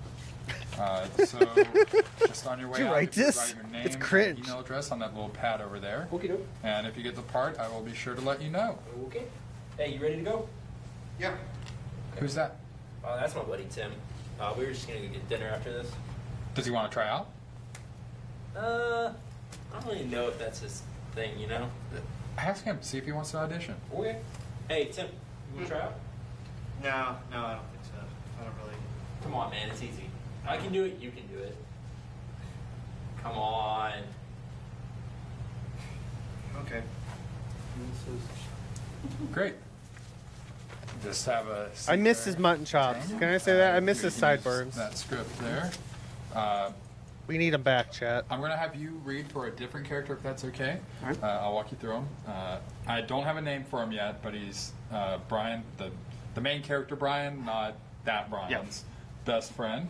I imagine him kind of cooler, more apathetic, the kind of guy that always has a cigarette in his mouth, and maybe some sort of facial hair like mustache or sideburn, something like that. Well, I already smoked, so I guess I'm already halfway there. Well, Oh, he grew it for the before we role? get too far ahead of ourselves, let's just start with the reading. All right. So, Are you telling me the sideburns were a lie? They weren't genuine sideburns that he wanted? I'm upset. I'm upset. This is fuck the rest of this series. That's the most important detail about this whole thing. You mean the sideburns weren't genuine? Damn. I don't know how I'm gonna live with myself now, man. That's crazy. That's upsetting. Side note, I thought he actually looked good with them. Out of anyone to have sideburns, I thought he actually had the face shape for it. Sideburns are very much not a thing anymore, which is a good thing. Not everyone can pull that off, but he generally, I thought he could pull that off, and he did, in my opinion. The fact that they were not genuine. My world is unraveling, chat. My world is fucked. Anyway. Yeah, just right there where. Here, let me adjust this real quick. Right where it says friend. all right, so, It says friend. Yep. so Friend. hey, right there. Yes, and you can read through it a couple minutes if you Okay. need it.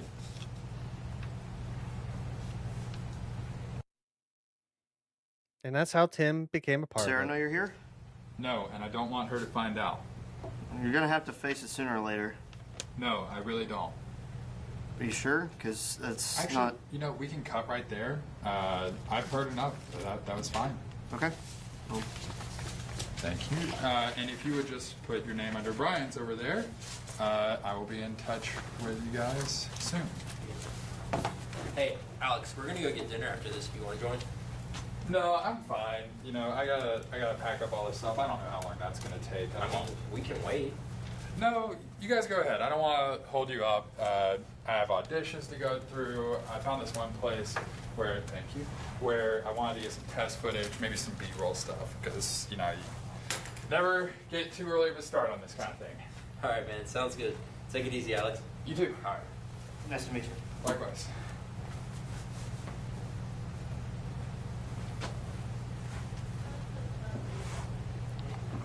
He did his best. He tried to play it off. My only 2 auditions. This movie's gonna be rough, man. And as it should be.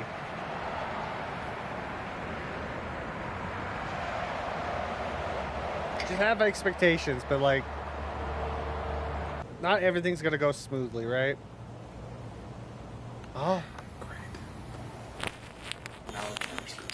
Oh, did you see him? Wow, talk about exposure that quickly, by the way. So like I said, Tim is the conduit, right? And we already got exposure that fast to Alex, which makes sense in a lot of ways. He's right here, by the way. This is Slender Man. He right here. Can you see him? I'm not paying attention. No, that's fair. It's all good. He's right here. So like, so I think like his, I think it makes sense why his exposure that quickly was really literally in the first day, that Alex had after meeting Tim for the very first time, is purely because of the fact that Alex is unsure about this movie. When you're like, especially when you like, I've dealt with this, is that when you're unsure about a project that you're hyped about, you're excited to work on it, but yet things seem to be not going well already immediately. And you had such high expectations of it being great, people wanting to, like, the auditions really probably weighed on his brain of like, no one came.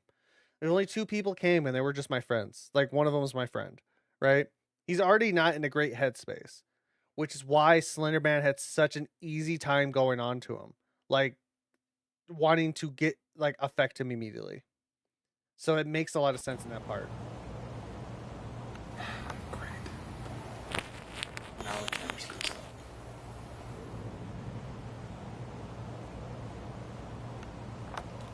Yeah.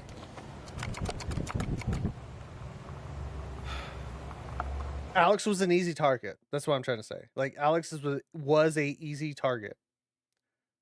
Brian was one of the few friends I had back then. He was wearing the same hoodie the day during the audition. I'm glad you had to point that out, but I noticed that immediately. Yeah. So, first clue of who Hoodie is.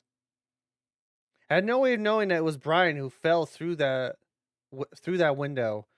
I'm not sure what I would have done if I had known that beforehand. Yeah, so is Brian doing all this? I'm pretty sure. Like, that was our clue. At least 3 people would still be here if it wasn't for Alex. That's fair. But yeah, no, that cements more of the thought process of like that Tim was the conduit.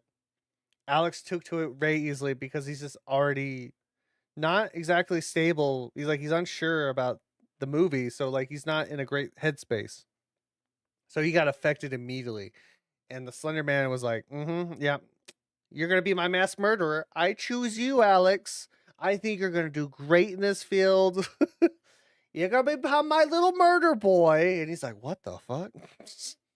I guess I'll be a murder boy, but don't call me a murder boy. Slenderman's a little weird like that. It'd be like that sometimes. He just gives people weird names. It'd just be like that. I know he's watching us.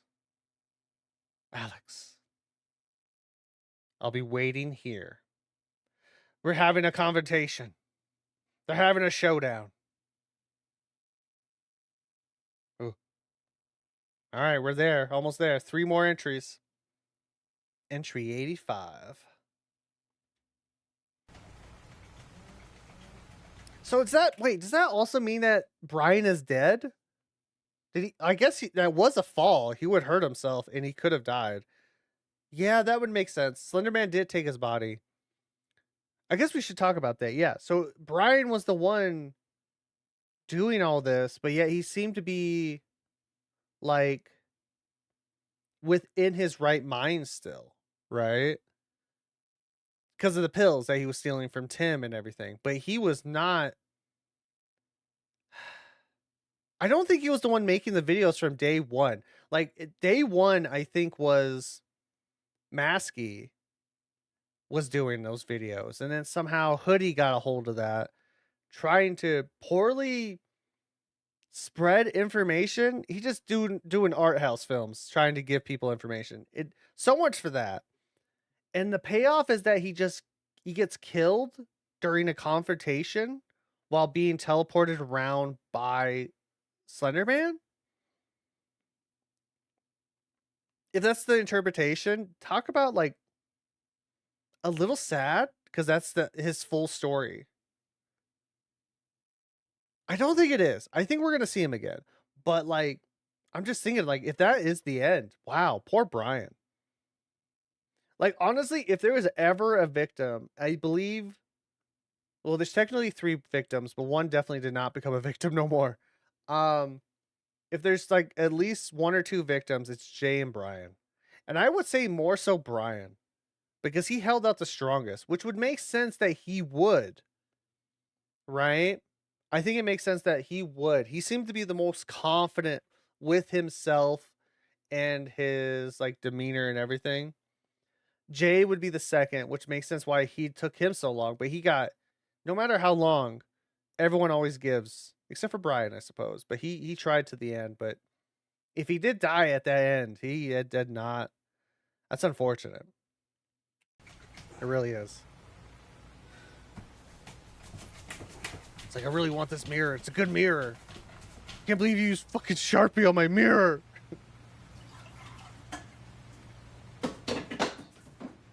Green countertops. What a choice.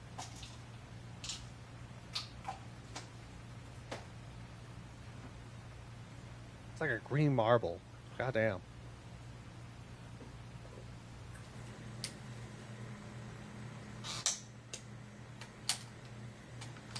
Rip that GoPro. Those weren't cheap.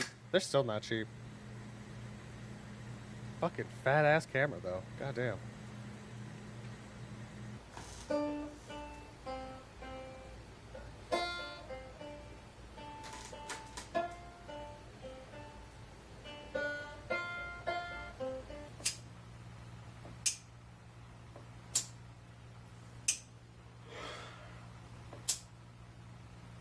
That's also what I'm saying about, like, they're being smarter about their shots. Especially with this camera. I actually really like this. Like this shot with the lighter is really cool. Just in a cinematography sense. Like, this is really nice. The banjo is really good too. I enjoy that.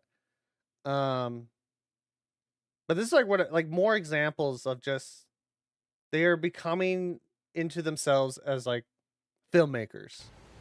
And that's so cool. I love that. That's great to see. I really hope they're still doing stuff outside of like Slender Man. I hope they are still working on things. If that's what makes them happy, because that's great. I love seeing the progress.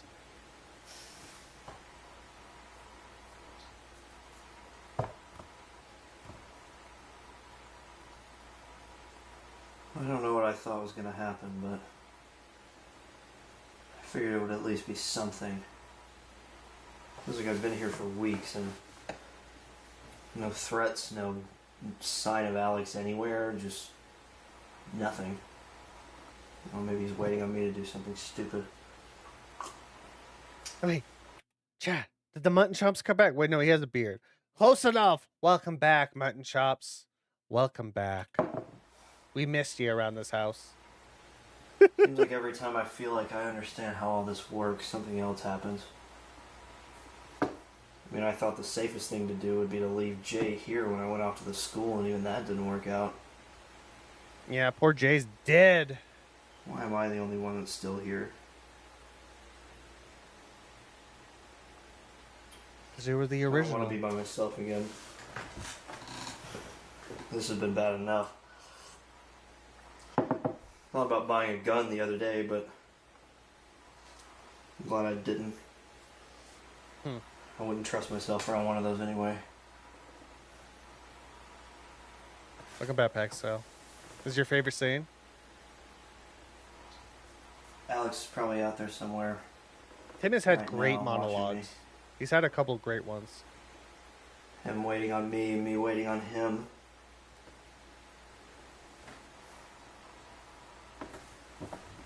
One of us is going to have to do something eventually. Of course, if he thinks I'm going to be in here, maybe I could be somewhere else.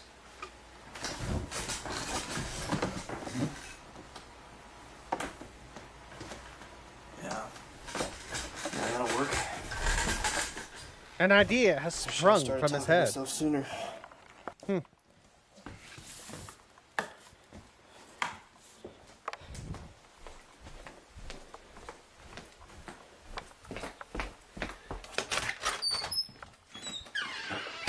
So what he's gonna do, right? He's like, he's gonna put out a sign. So the idea is like, I already know what it is. This is what he's gonna do. I already know it because this is what I would do. He's gonna put out a sign. It's gonna be in big. It's gonna be a big white sign, in black lettering. Alex smells, and that's gonna trigger Alex, and then he's gonna like, operator, get his ass, and that's how it's gonna end. I know exactly how it's gonna end. It's gonna end just like that. I'm pretty fucking sure. I'm like 92% sure it's gonna end like that. I'm pretty sure. Big old sign, Alex smells.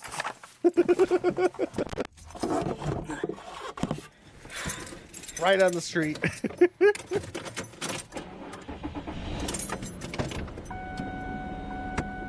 Alex is fickle. It only makes sense.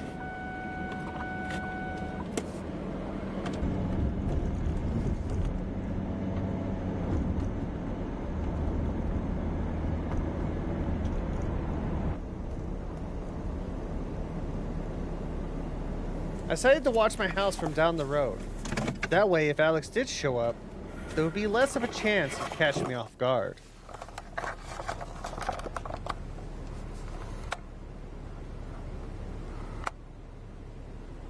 The idea's there. You're a little too close, though.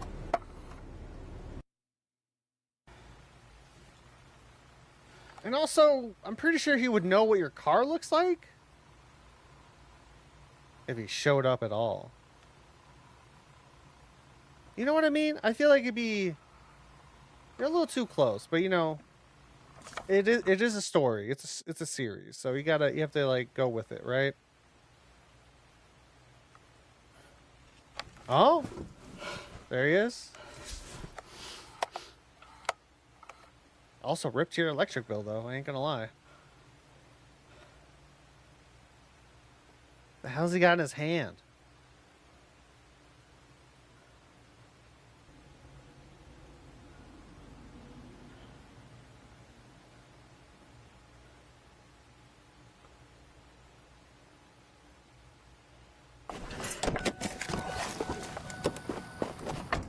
The sign worked. You got really upset and I said he smells. I'm sorry.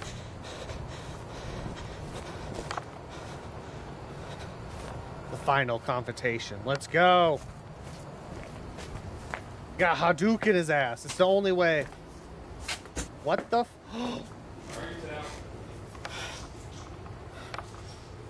Stop playing games. Come out. This is what you wanted, right? It's gasoline. Me and you. Here I am. Where are you hiding?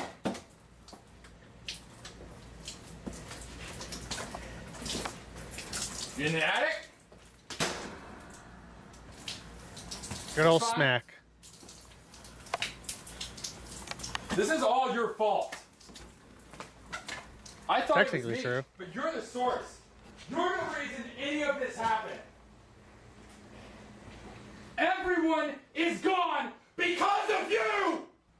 You left Jay! And you left Brian! Well, Everything that has happened is your fault! I don't think he It's not killed gonna people, end though. Until you're dead!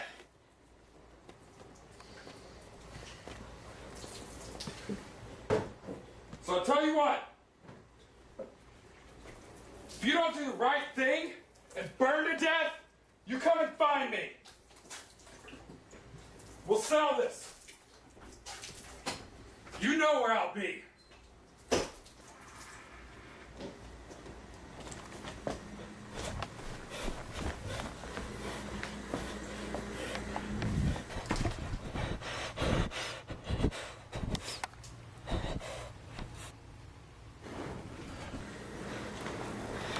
God, that's a crazy shot, dude. Holy fuck.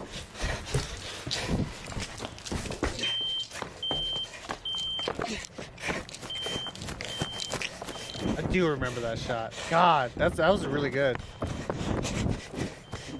That's a ballsy shot, too. Fuck.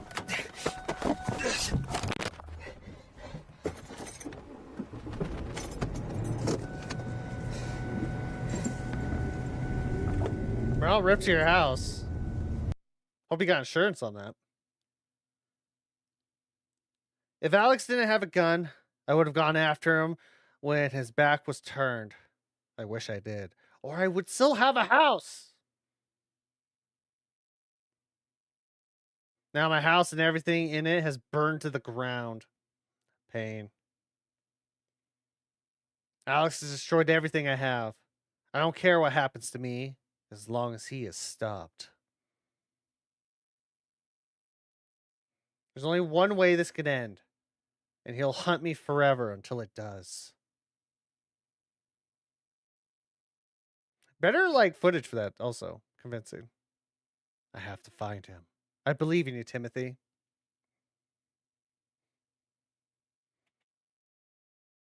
Okay, before we go to ballsy. That was such a ballsy shot. I don't think they had any precautions. I mean, I would hope they figured out something for precautions, but that shit felt real. Like, that shit felt so real that they just lit, like, one of their house's back porch on fire. Holy shit. My God. All right, we're nearing the climax. We're nearing the end, chat. Entry 86. We're back at Benedict Hall. God, I really do think that was the end of Brian. Poor Brian. In a lot of, I really do think that's the end of Brian. Man, his story just felt so unfulfilled. That's a shame. I really hope we see him again, or like something happens. He put in so much work just to get taken out with a fall. It's crazy. Or maybe it was like Slenderman dragging him down. I don't know. I think it was a fall. Oh, we're going back. We're going back to the maintenance tunnel.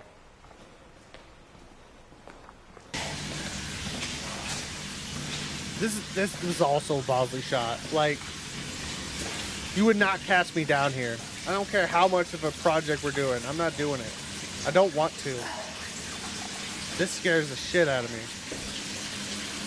Also, you probably get lost. Fuck.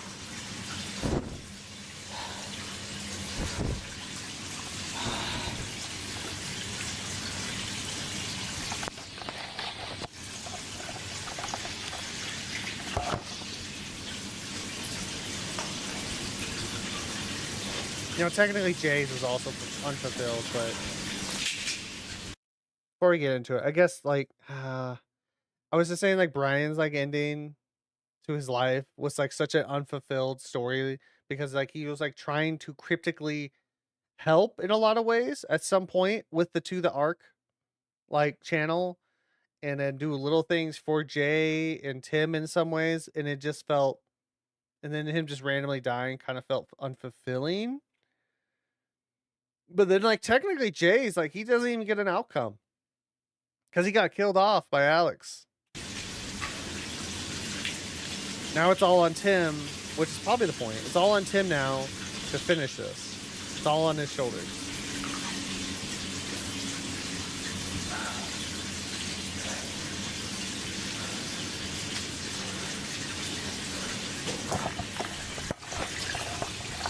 Granted, the better protag, in my opinion. Tim is the better protag.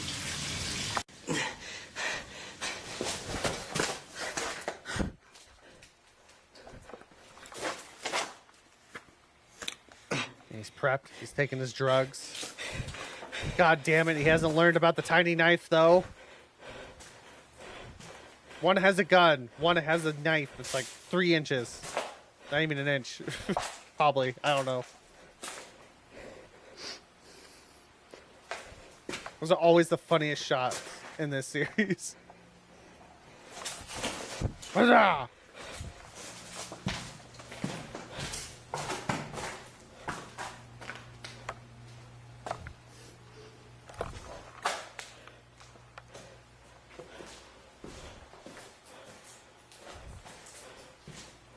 Is there a little bit of distortion?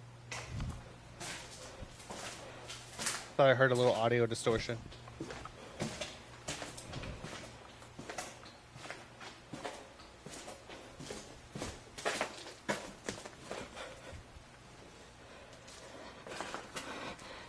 Jesus. This hand scared me. God. I got jumped by his hand. Cue to me getting scared by random fucking things that aren't supposed to be scary. It's like a 10th one. Jesus, Mary.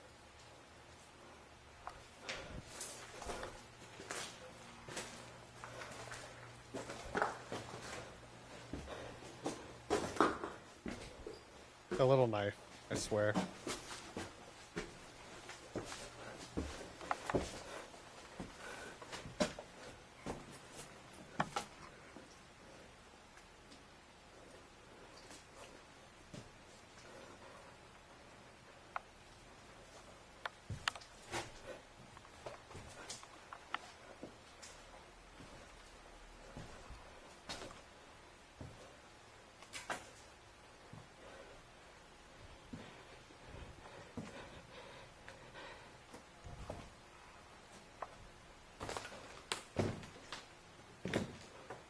Yeah, let that suspense ride, chat. Well, now he knows you're here. If you didn't already. Who put chairs in the bathroom? What the fuck you doing in the bathroom with 2 chairs?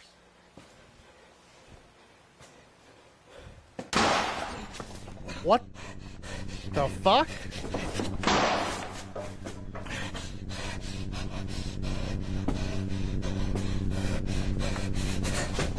Eesh. Oh! Shit! Oh, that was foreshadowing. Oh, that's great.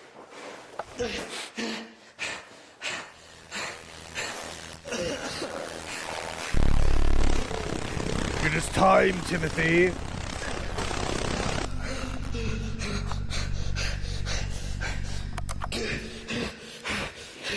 And we're back, baby.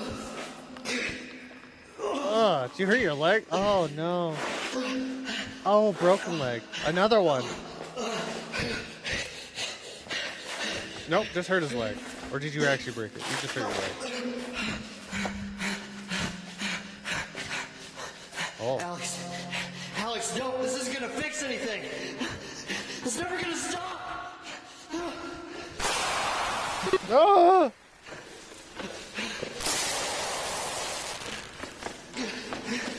Be a better shot, Alex.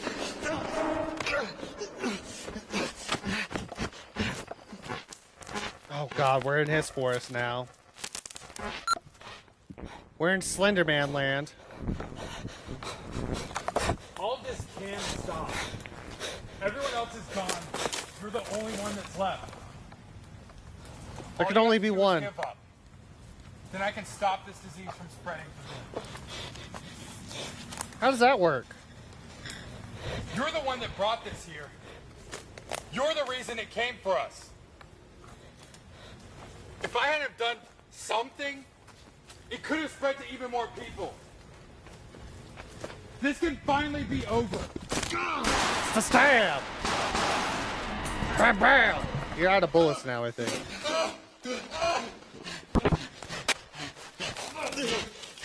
He got it. Yeah, I was gonna say. Ah! Pistol whip him! Oh! Oh! I love that shot. It's like, good. Use the dark side.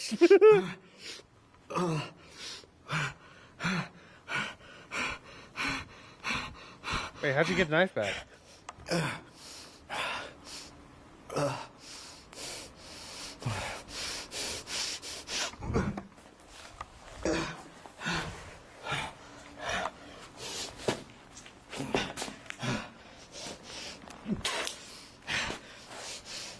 Come on, Timothy, I believe in you.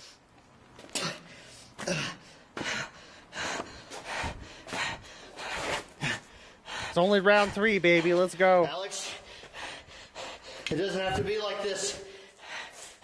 It's not protecting you, it's controlling you. We can fight it together. I know what it's like. I can help you.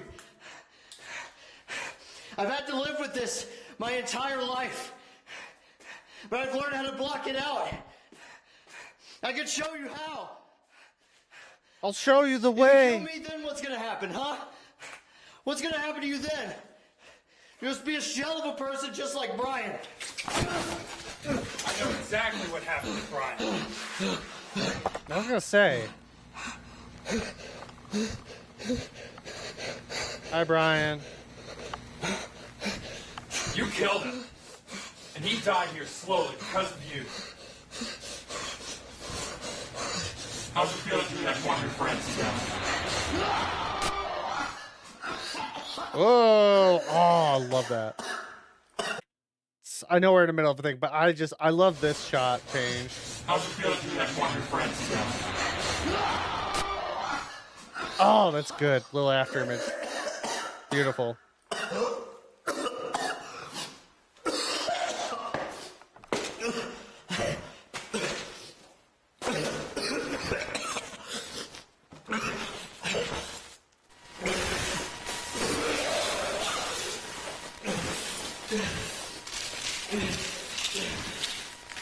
No! My buff is running out!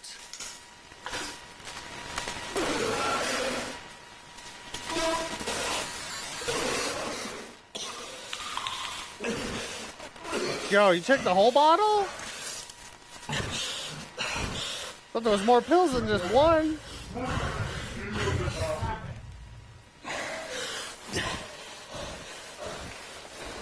One day, Timothy, I will have your ass.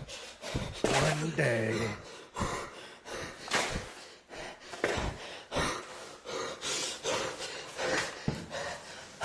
What makes you think I'm the only source? Valid. There could be hundreds of others. Thousands. You could be spreading it too. It's just using you to get what it wants. Ah, he's like, shut the fuck up! Stop telling the secrets. I've done everything to keep this under control. Everyone is dead. Sarah, Seth, Jessica, Amy, Brian, Jay, and now you. Oh! Yeah! You weren't containing it. You were just feeding it. Shut the fuck up. When you killed Amy, you feel like you're in control then.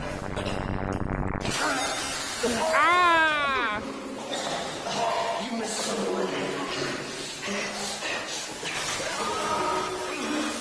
He's like, son of a bitch! He fed me, damn it!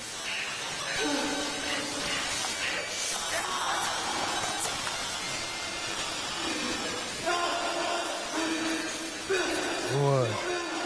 Give to the dark side, Timothy.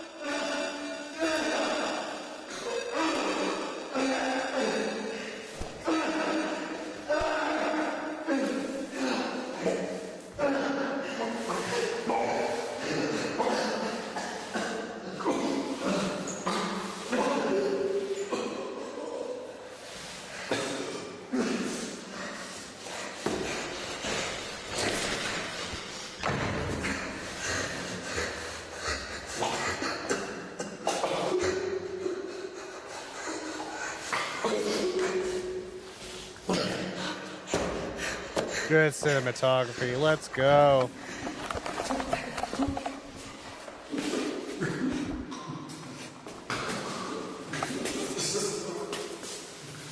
You see how this spreads.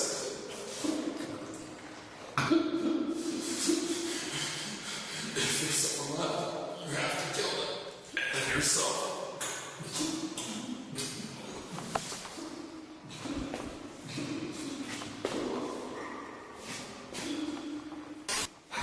Now, is that the only solution?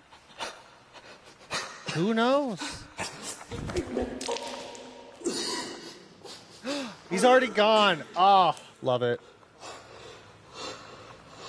That was good. Wendy was hungry.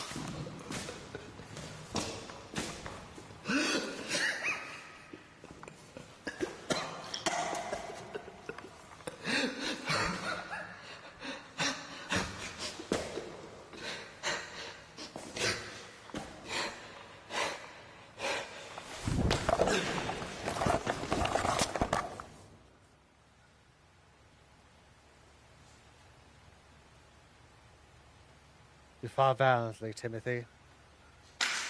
Your reward? Death.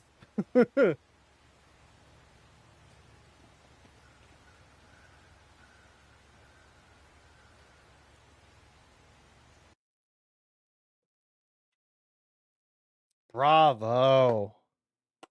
Bravo. Oh, like I said, their cinematography, their storytelling just got better with season 3. And we see it in full force with that episode. Oh, so good. Editing skills as well. I don't know if they did their own editing as well at this point or if they had someone to help with it. Fantastic editing of the jumping back and forth, different little pocket dimensions, trying the Slender Man trying to fuck with him. Fan-fucking-tastic. What a ending. What a climax. Now the last one. Entry 87.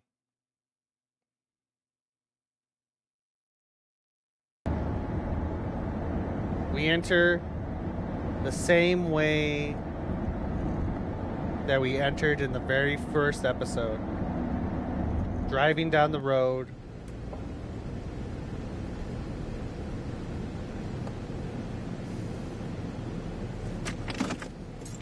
Timothy alive.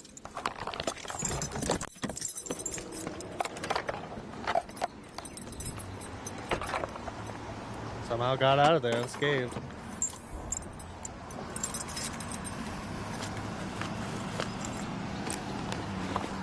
I feel like he's probably doing what should have happened in the beginning. Also, learn how to fold your clothes, sir. I know you've been through so much. You see your friends die. You see your life taken away from you for your whole life. But man, fold your goddamn laundry. All right? It's just, it's only right. Out of all the things you can learn through this whole ordeal, fold your laundry. Fold your goddamn laundry.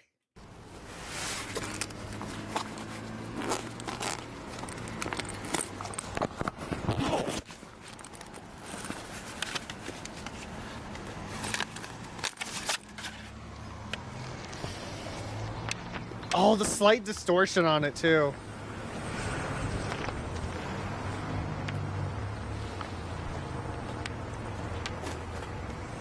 Almost like a relic, distorted.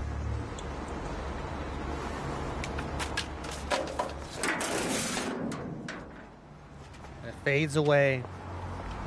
He's now done with that shit.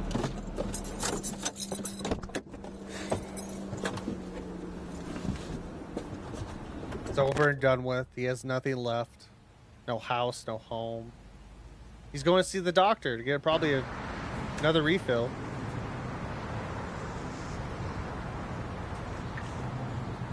It's over and done with.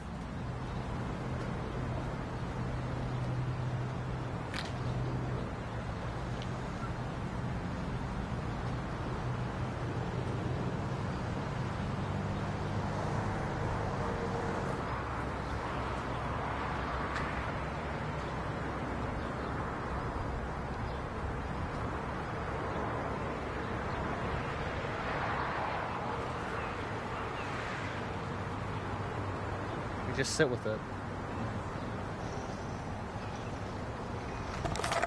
Hey. You doing okay? Haven't been around in a while. Yeah, I'm fine. They Oh, wow. got me on a new prescription, so I'm sleeping better. Jessica lived. I thought she got killed. What? She somehow survived. What the fuck? Around in a while. Yeah, I'm fine. They got me on a new prescription, so I'm sleeping better. That's good. I mean, not great, but some. Yeah. Side effects? The ones you told me about. I wish I could tell you they went away after a while, but It's fine. How did she survive? You still carrying those around everywhere? yeah, well, this one's Jay's, but he let me have it. How is he? He moved. I think he was finally getting over all this, and he just wanted to, you know, Start somewhere new? Yeah. I was hoping I'd get to meet him since you said he goes here too, but I guess the appointment time just didn't match up. It's actually kind of why I stopped by, is wanted to let you know that I'm probably going to be leaving too. what? This doctor? Just this area in general. So is she... That's why I wanted to stop by, let you I'll know let it this play is out probably first. last time I'll be around, so... Sorry. You said you are doing okay? Yeah, I'm fine. Just remember everything I told you about. Are you okay? Tim, are you sure? Can I need to call somebody?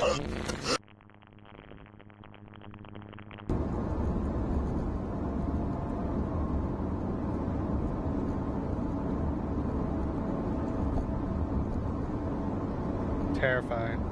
What a jump cut.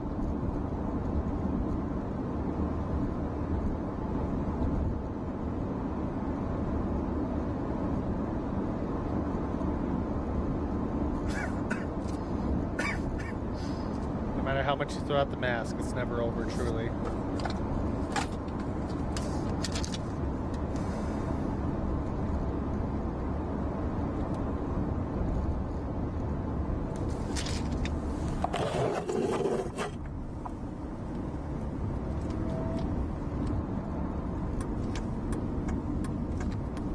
An ending like the way it started. Camera on the dash, pointing at the wilderness. Oh man. Okay, so is there anything more? Is that it? We just sit with it? We just sit with the ending? Everything is fine. No, it's not. Because no matter how much you try to stop it, how much effort you put into it, how many lives are taken, the operator wins at the end of the day. He just wins at the end of the day.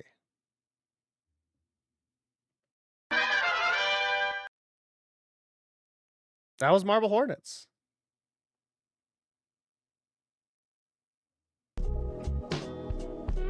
That was the ending of Marble Hornets.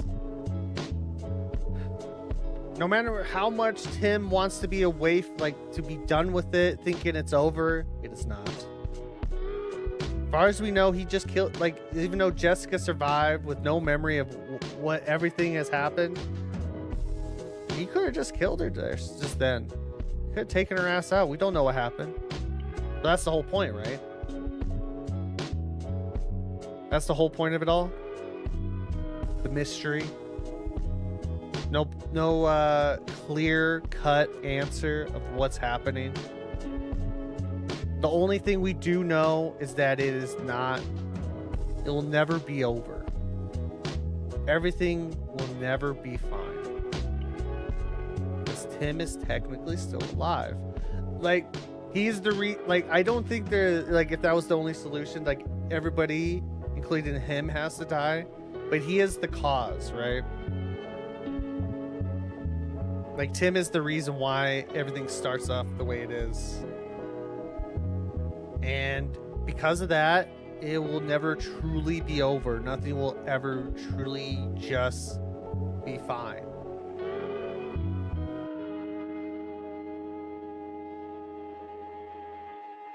It makes you want to just sit with it, right? Because that's the whole point of that, that ending, that epilogue, right? Is that you get the little bit more pieces of story, which like I said, really brings in perspective of their writing and their cinematography, just everything, the improved skills that they've developed while making this series.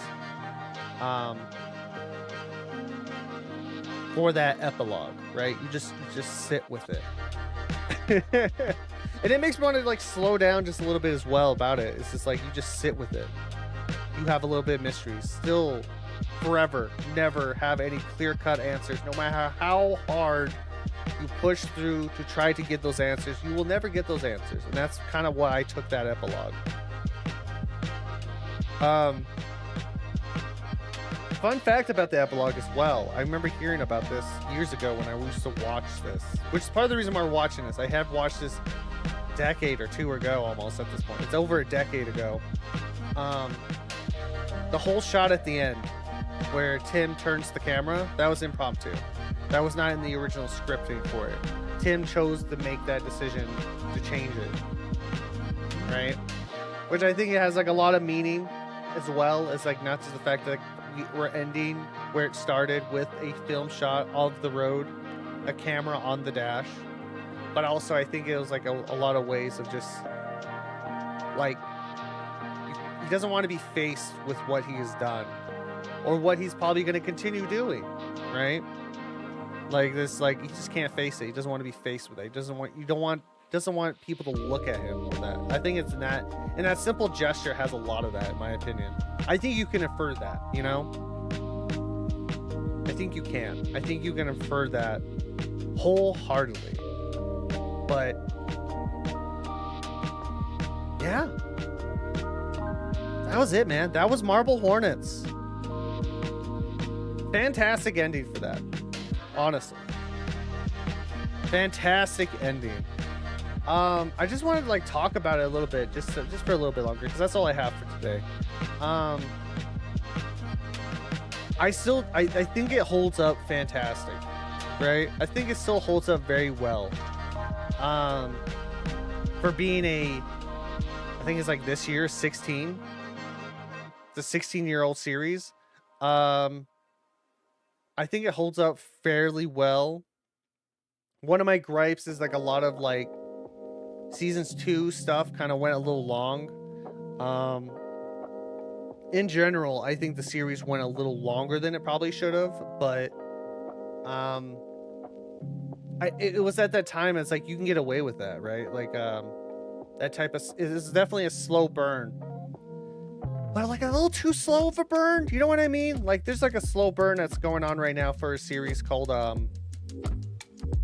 I guess you would say it's a slow burn, but it feels more substantial. Was it the Glendale Archives? We'll have to do a watch along of that one of these days.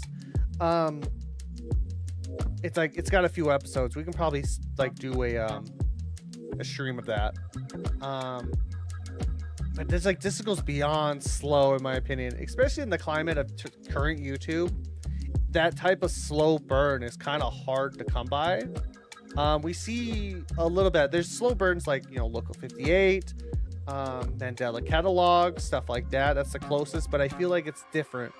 We're not getting just 5 to 8 minute videos every month, or like once a month, every 2 months, depending. Because I think that's how like Marble Hornets was when it came out. You can look at the dates.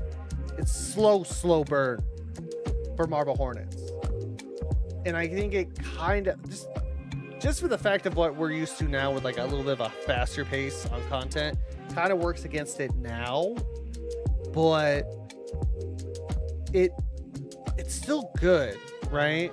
I think it still is like a good watch. You should watch it. I think it holds up well enough that you can still really enjoy it, because I enjoyed it, but I had a feeling I knew I was going to enjoy it, you know. But yeah, no, it still holds up well. I enjoy what they did for the storytelling, how it felt and everything works well with it as well, because I think it also had its time period to help with it as well. Like I'm saying as well a lot of like how it kind of had a little bit of an infamy to it, right? We saw other Slenderman series at the time do with this of the found footage style with no credits to a creator, right? That's kind of how like that's how Marble Hornets came out with, like there's like, you know, comments were turned off, you had an introductory video explaining what was going to happen, and that's it. It was like 2 minutes. Everyman Hybrid had a very different approach to that, which if you don't know Everyman Hybrid, is it longer, a bit harder to follow storyline, but decent. I don't think I ever finished that one because it was just kind of drug on for a long time. But Everyman Hybrid, the way it started was that it was supposed to be an exercise channel of like children, like they were basically kids like figuring out, like messing with YouTube. Was going to be like a fitness channel. They had a joke about Slenderman in one of the things, and like people are like, oh, it's Slender Man, because that was like the peak. Like that was the peak of Slender Man, was like at that time period. Like Marble Hornets, Everyman Hybrid, Tribe 12, but we don't talk about Tribe 12 anymore, unfortunately. Mostly because the creator was a scummy piece of shit, from what I understand. There was like Dark Harvest as well. Like a lot of series popped out like randomly around the same time. Just Marble Hornets happened to be first, and it was able to stick with that. But yeah, Everyman Hybrid was supposed to be a fitness channel. They did a joke about Slenderman. Someone just actually dressed up in that. And I was like, oh, okay. It was like a one-off. A few more videos pop up just talking about like fitness or whatever. And then another video came out. Slenderman was in it. And people were like, haha, oh my God, it's Slenderman. They did it again. They used their comment section for that, right? They were a bit more immersed with the community of it versus Marble Hornets was, right? Like being active with the community. And they were like, what do you mean? The first one was actually just a joke. We just heard about this Slenderman thing. We thought we'd just do that. What do you mean? But we only did it once. Like, what do you mean? And that's where that kicks off. And that whole storyline, right? Like it just went off like that. There was also another one. It was a bit more underrated, but it was also very good because I remember watching someone watch it. Like the Tulip Effect was the name of that series. It was a very similar way of doing stuff. Had a very similar thing as well. Unfortunately didn't pan out as well as they had hoped because of a relationship ending, so like you kind of lose motivation, but it was still good in its beginning. Dark Harvest was one of the, I don't know how that went, but Dark Harvest just kind of like ended recently. That was crazy. Just ended recently. That went on for years, like decade longer. They were just all slow burns at that point, but I digress. That's not the whole point. It just had an air about it, not of making people think it might be real, right? That was the whole shtick. That's the magic of found footage, right? Expect like the behind, it's like that extra layer on top of an onion. An onion? What the hell am I saying right now? About the whole found footage series. Of like making it seem like this could be genuine, makes it this like could be in the world, you know, which is like what Marble Hornets did. Like the world is your setting, like this could be a real thing. Everyman Hybrid did the same thing. They went above and beyond, especially with like puzzles that involved the community, which they handed themselves, which is crazy. Even they were like, we did that shit, we probably shouldn't have. Definitely a different experience with that, but which you didn't see. It wasn't a thing back then. Back in like 2009, like YouTube was still like in its infancy, right? Like it's like no one did that. Slenderman in a lot of ways was like the first to do that. It was like the beginning of what you could do for like found footage or just online horror. Like it was these were like pioneers of that, and we wouldn't have series like that anymore. Like we wouldn't have series like that if it wasn't for Marble Hornets and the Slenderman community, the Slenderverse as it be, because some of them were connected. Like 2 or 3 of them were. They shared a universe. Like Tribe 12, I think, and Everyman Hybrid did a thing together. Somehow, I think Dark Harvest was also part of that. That had a whole universe. Marble Hornets was the only one that was like by itself because they had a plan. They stuck to themselves. But it's kind of like, I think the best way the type of community it became of is like kind of how you would see like early VTubing, like VTubing. It was like kind of just like a wave happened, but they end up actually kind of know each other in a lot of ways because they shared that space, and like a few of the series actually kind of lived semi-close, you know, maybe like a state or two, and they met up with a few times. There's a whole documentary series that I'm like, I don't know if I could watch on my channel, about the Slenderverse by Alex O'Hara.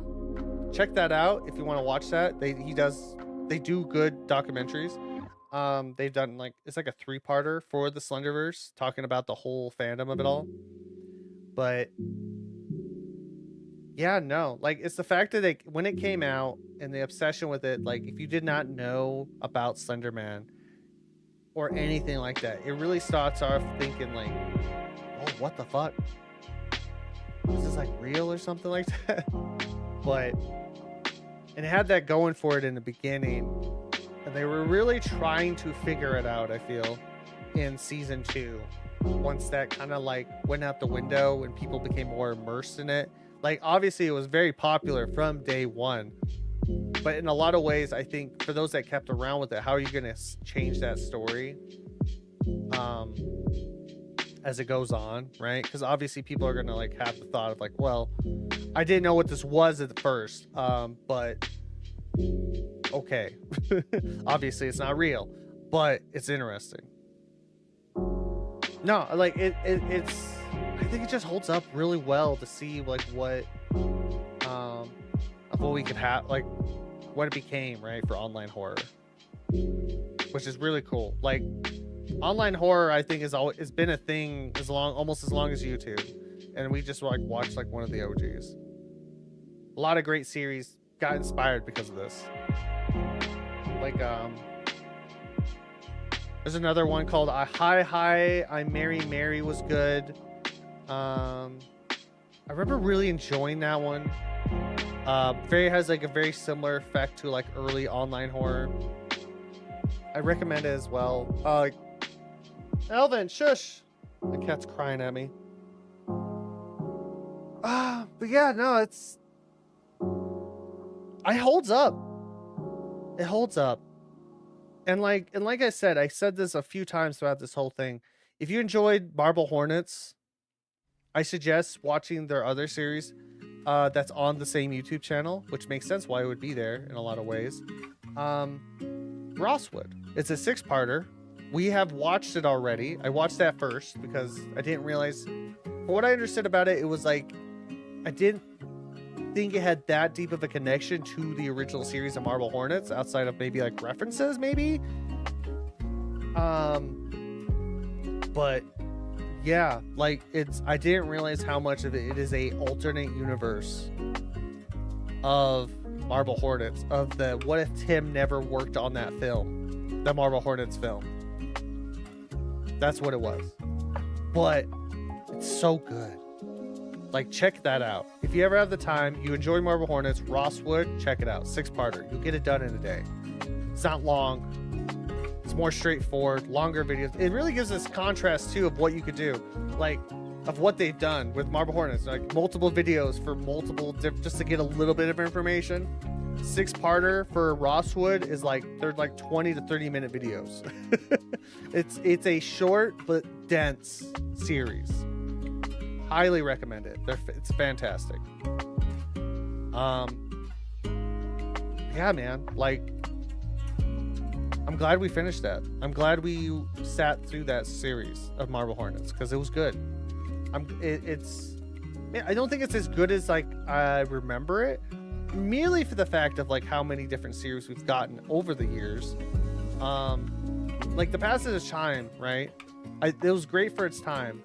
But like as time progresses, different types of media comes out, or like you have different experiences. So like you can see different things in that maybe we didn't see when you first saw it. I can contest to that wholeheartedly.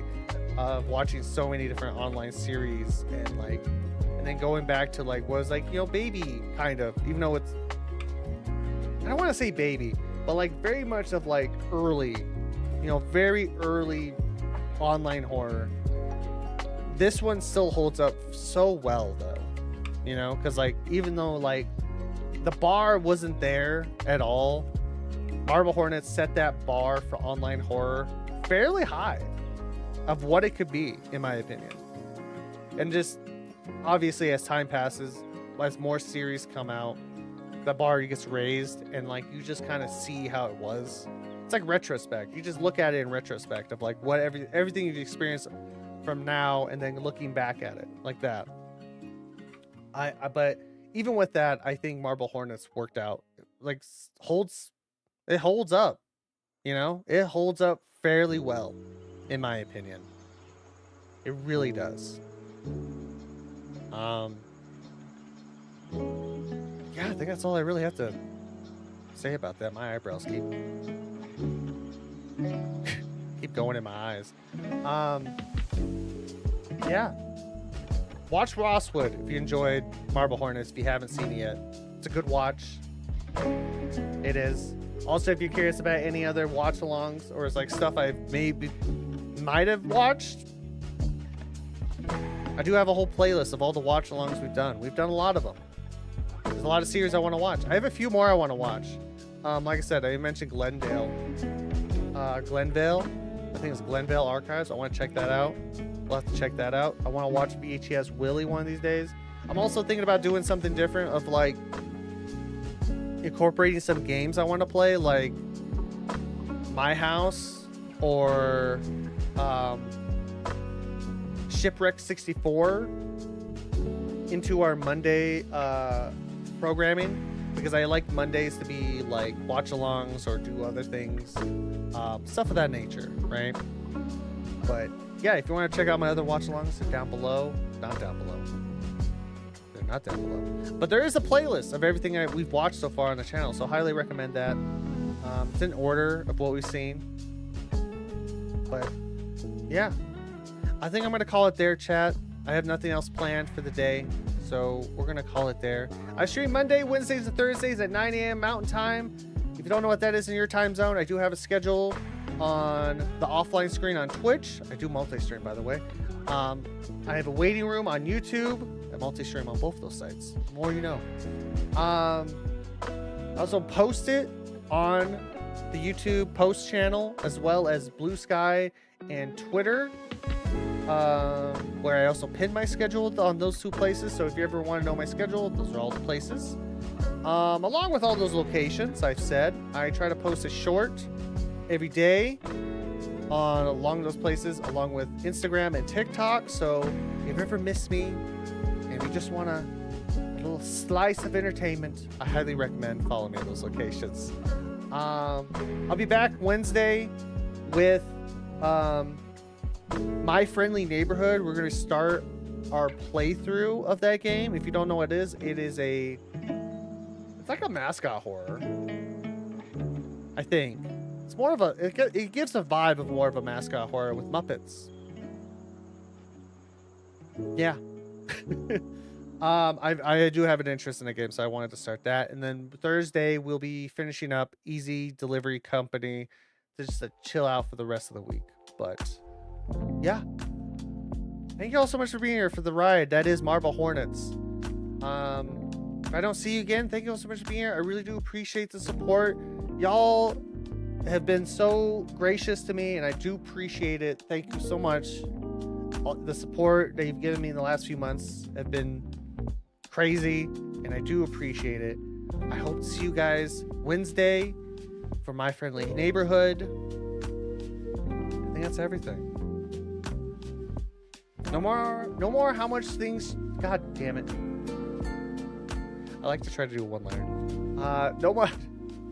No matter how much things change, some things are inevitable. Like Slender Man's long ass balls. Can't get away from them. Anyway, have a fantastic day, everybody. Bye-bye.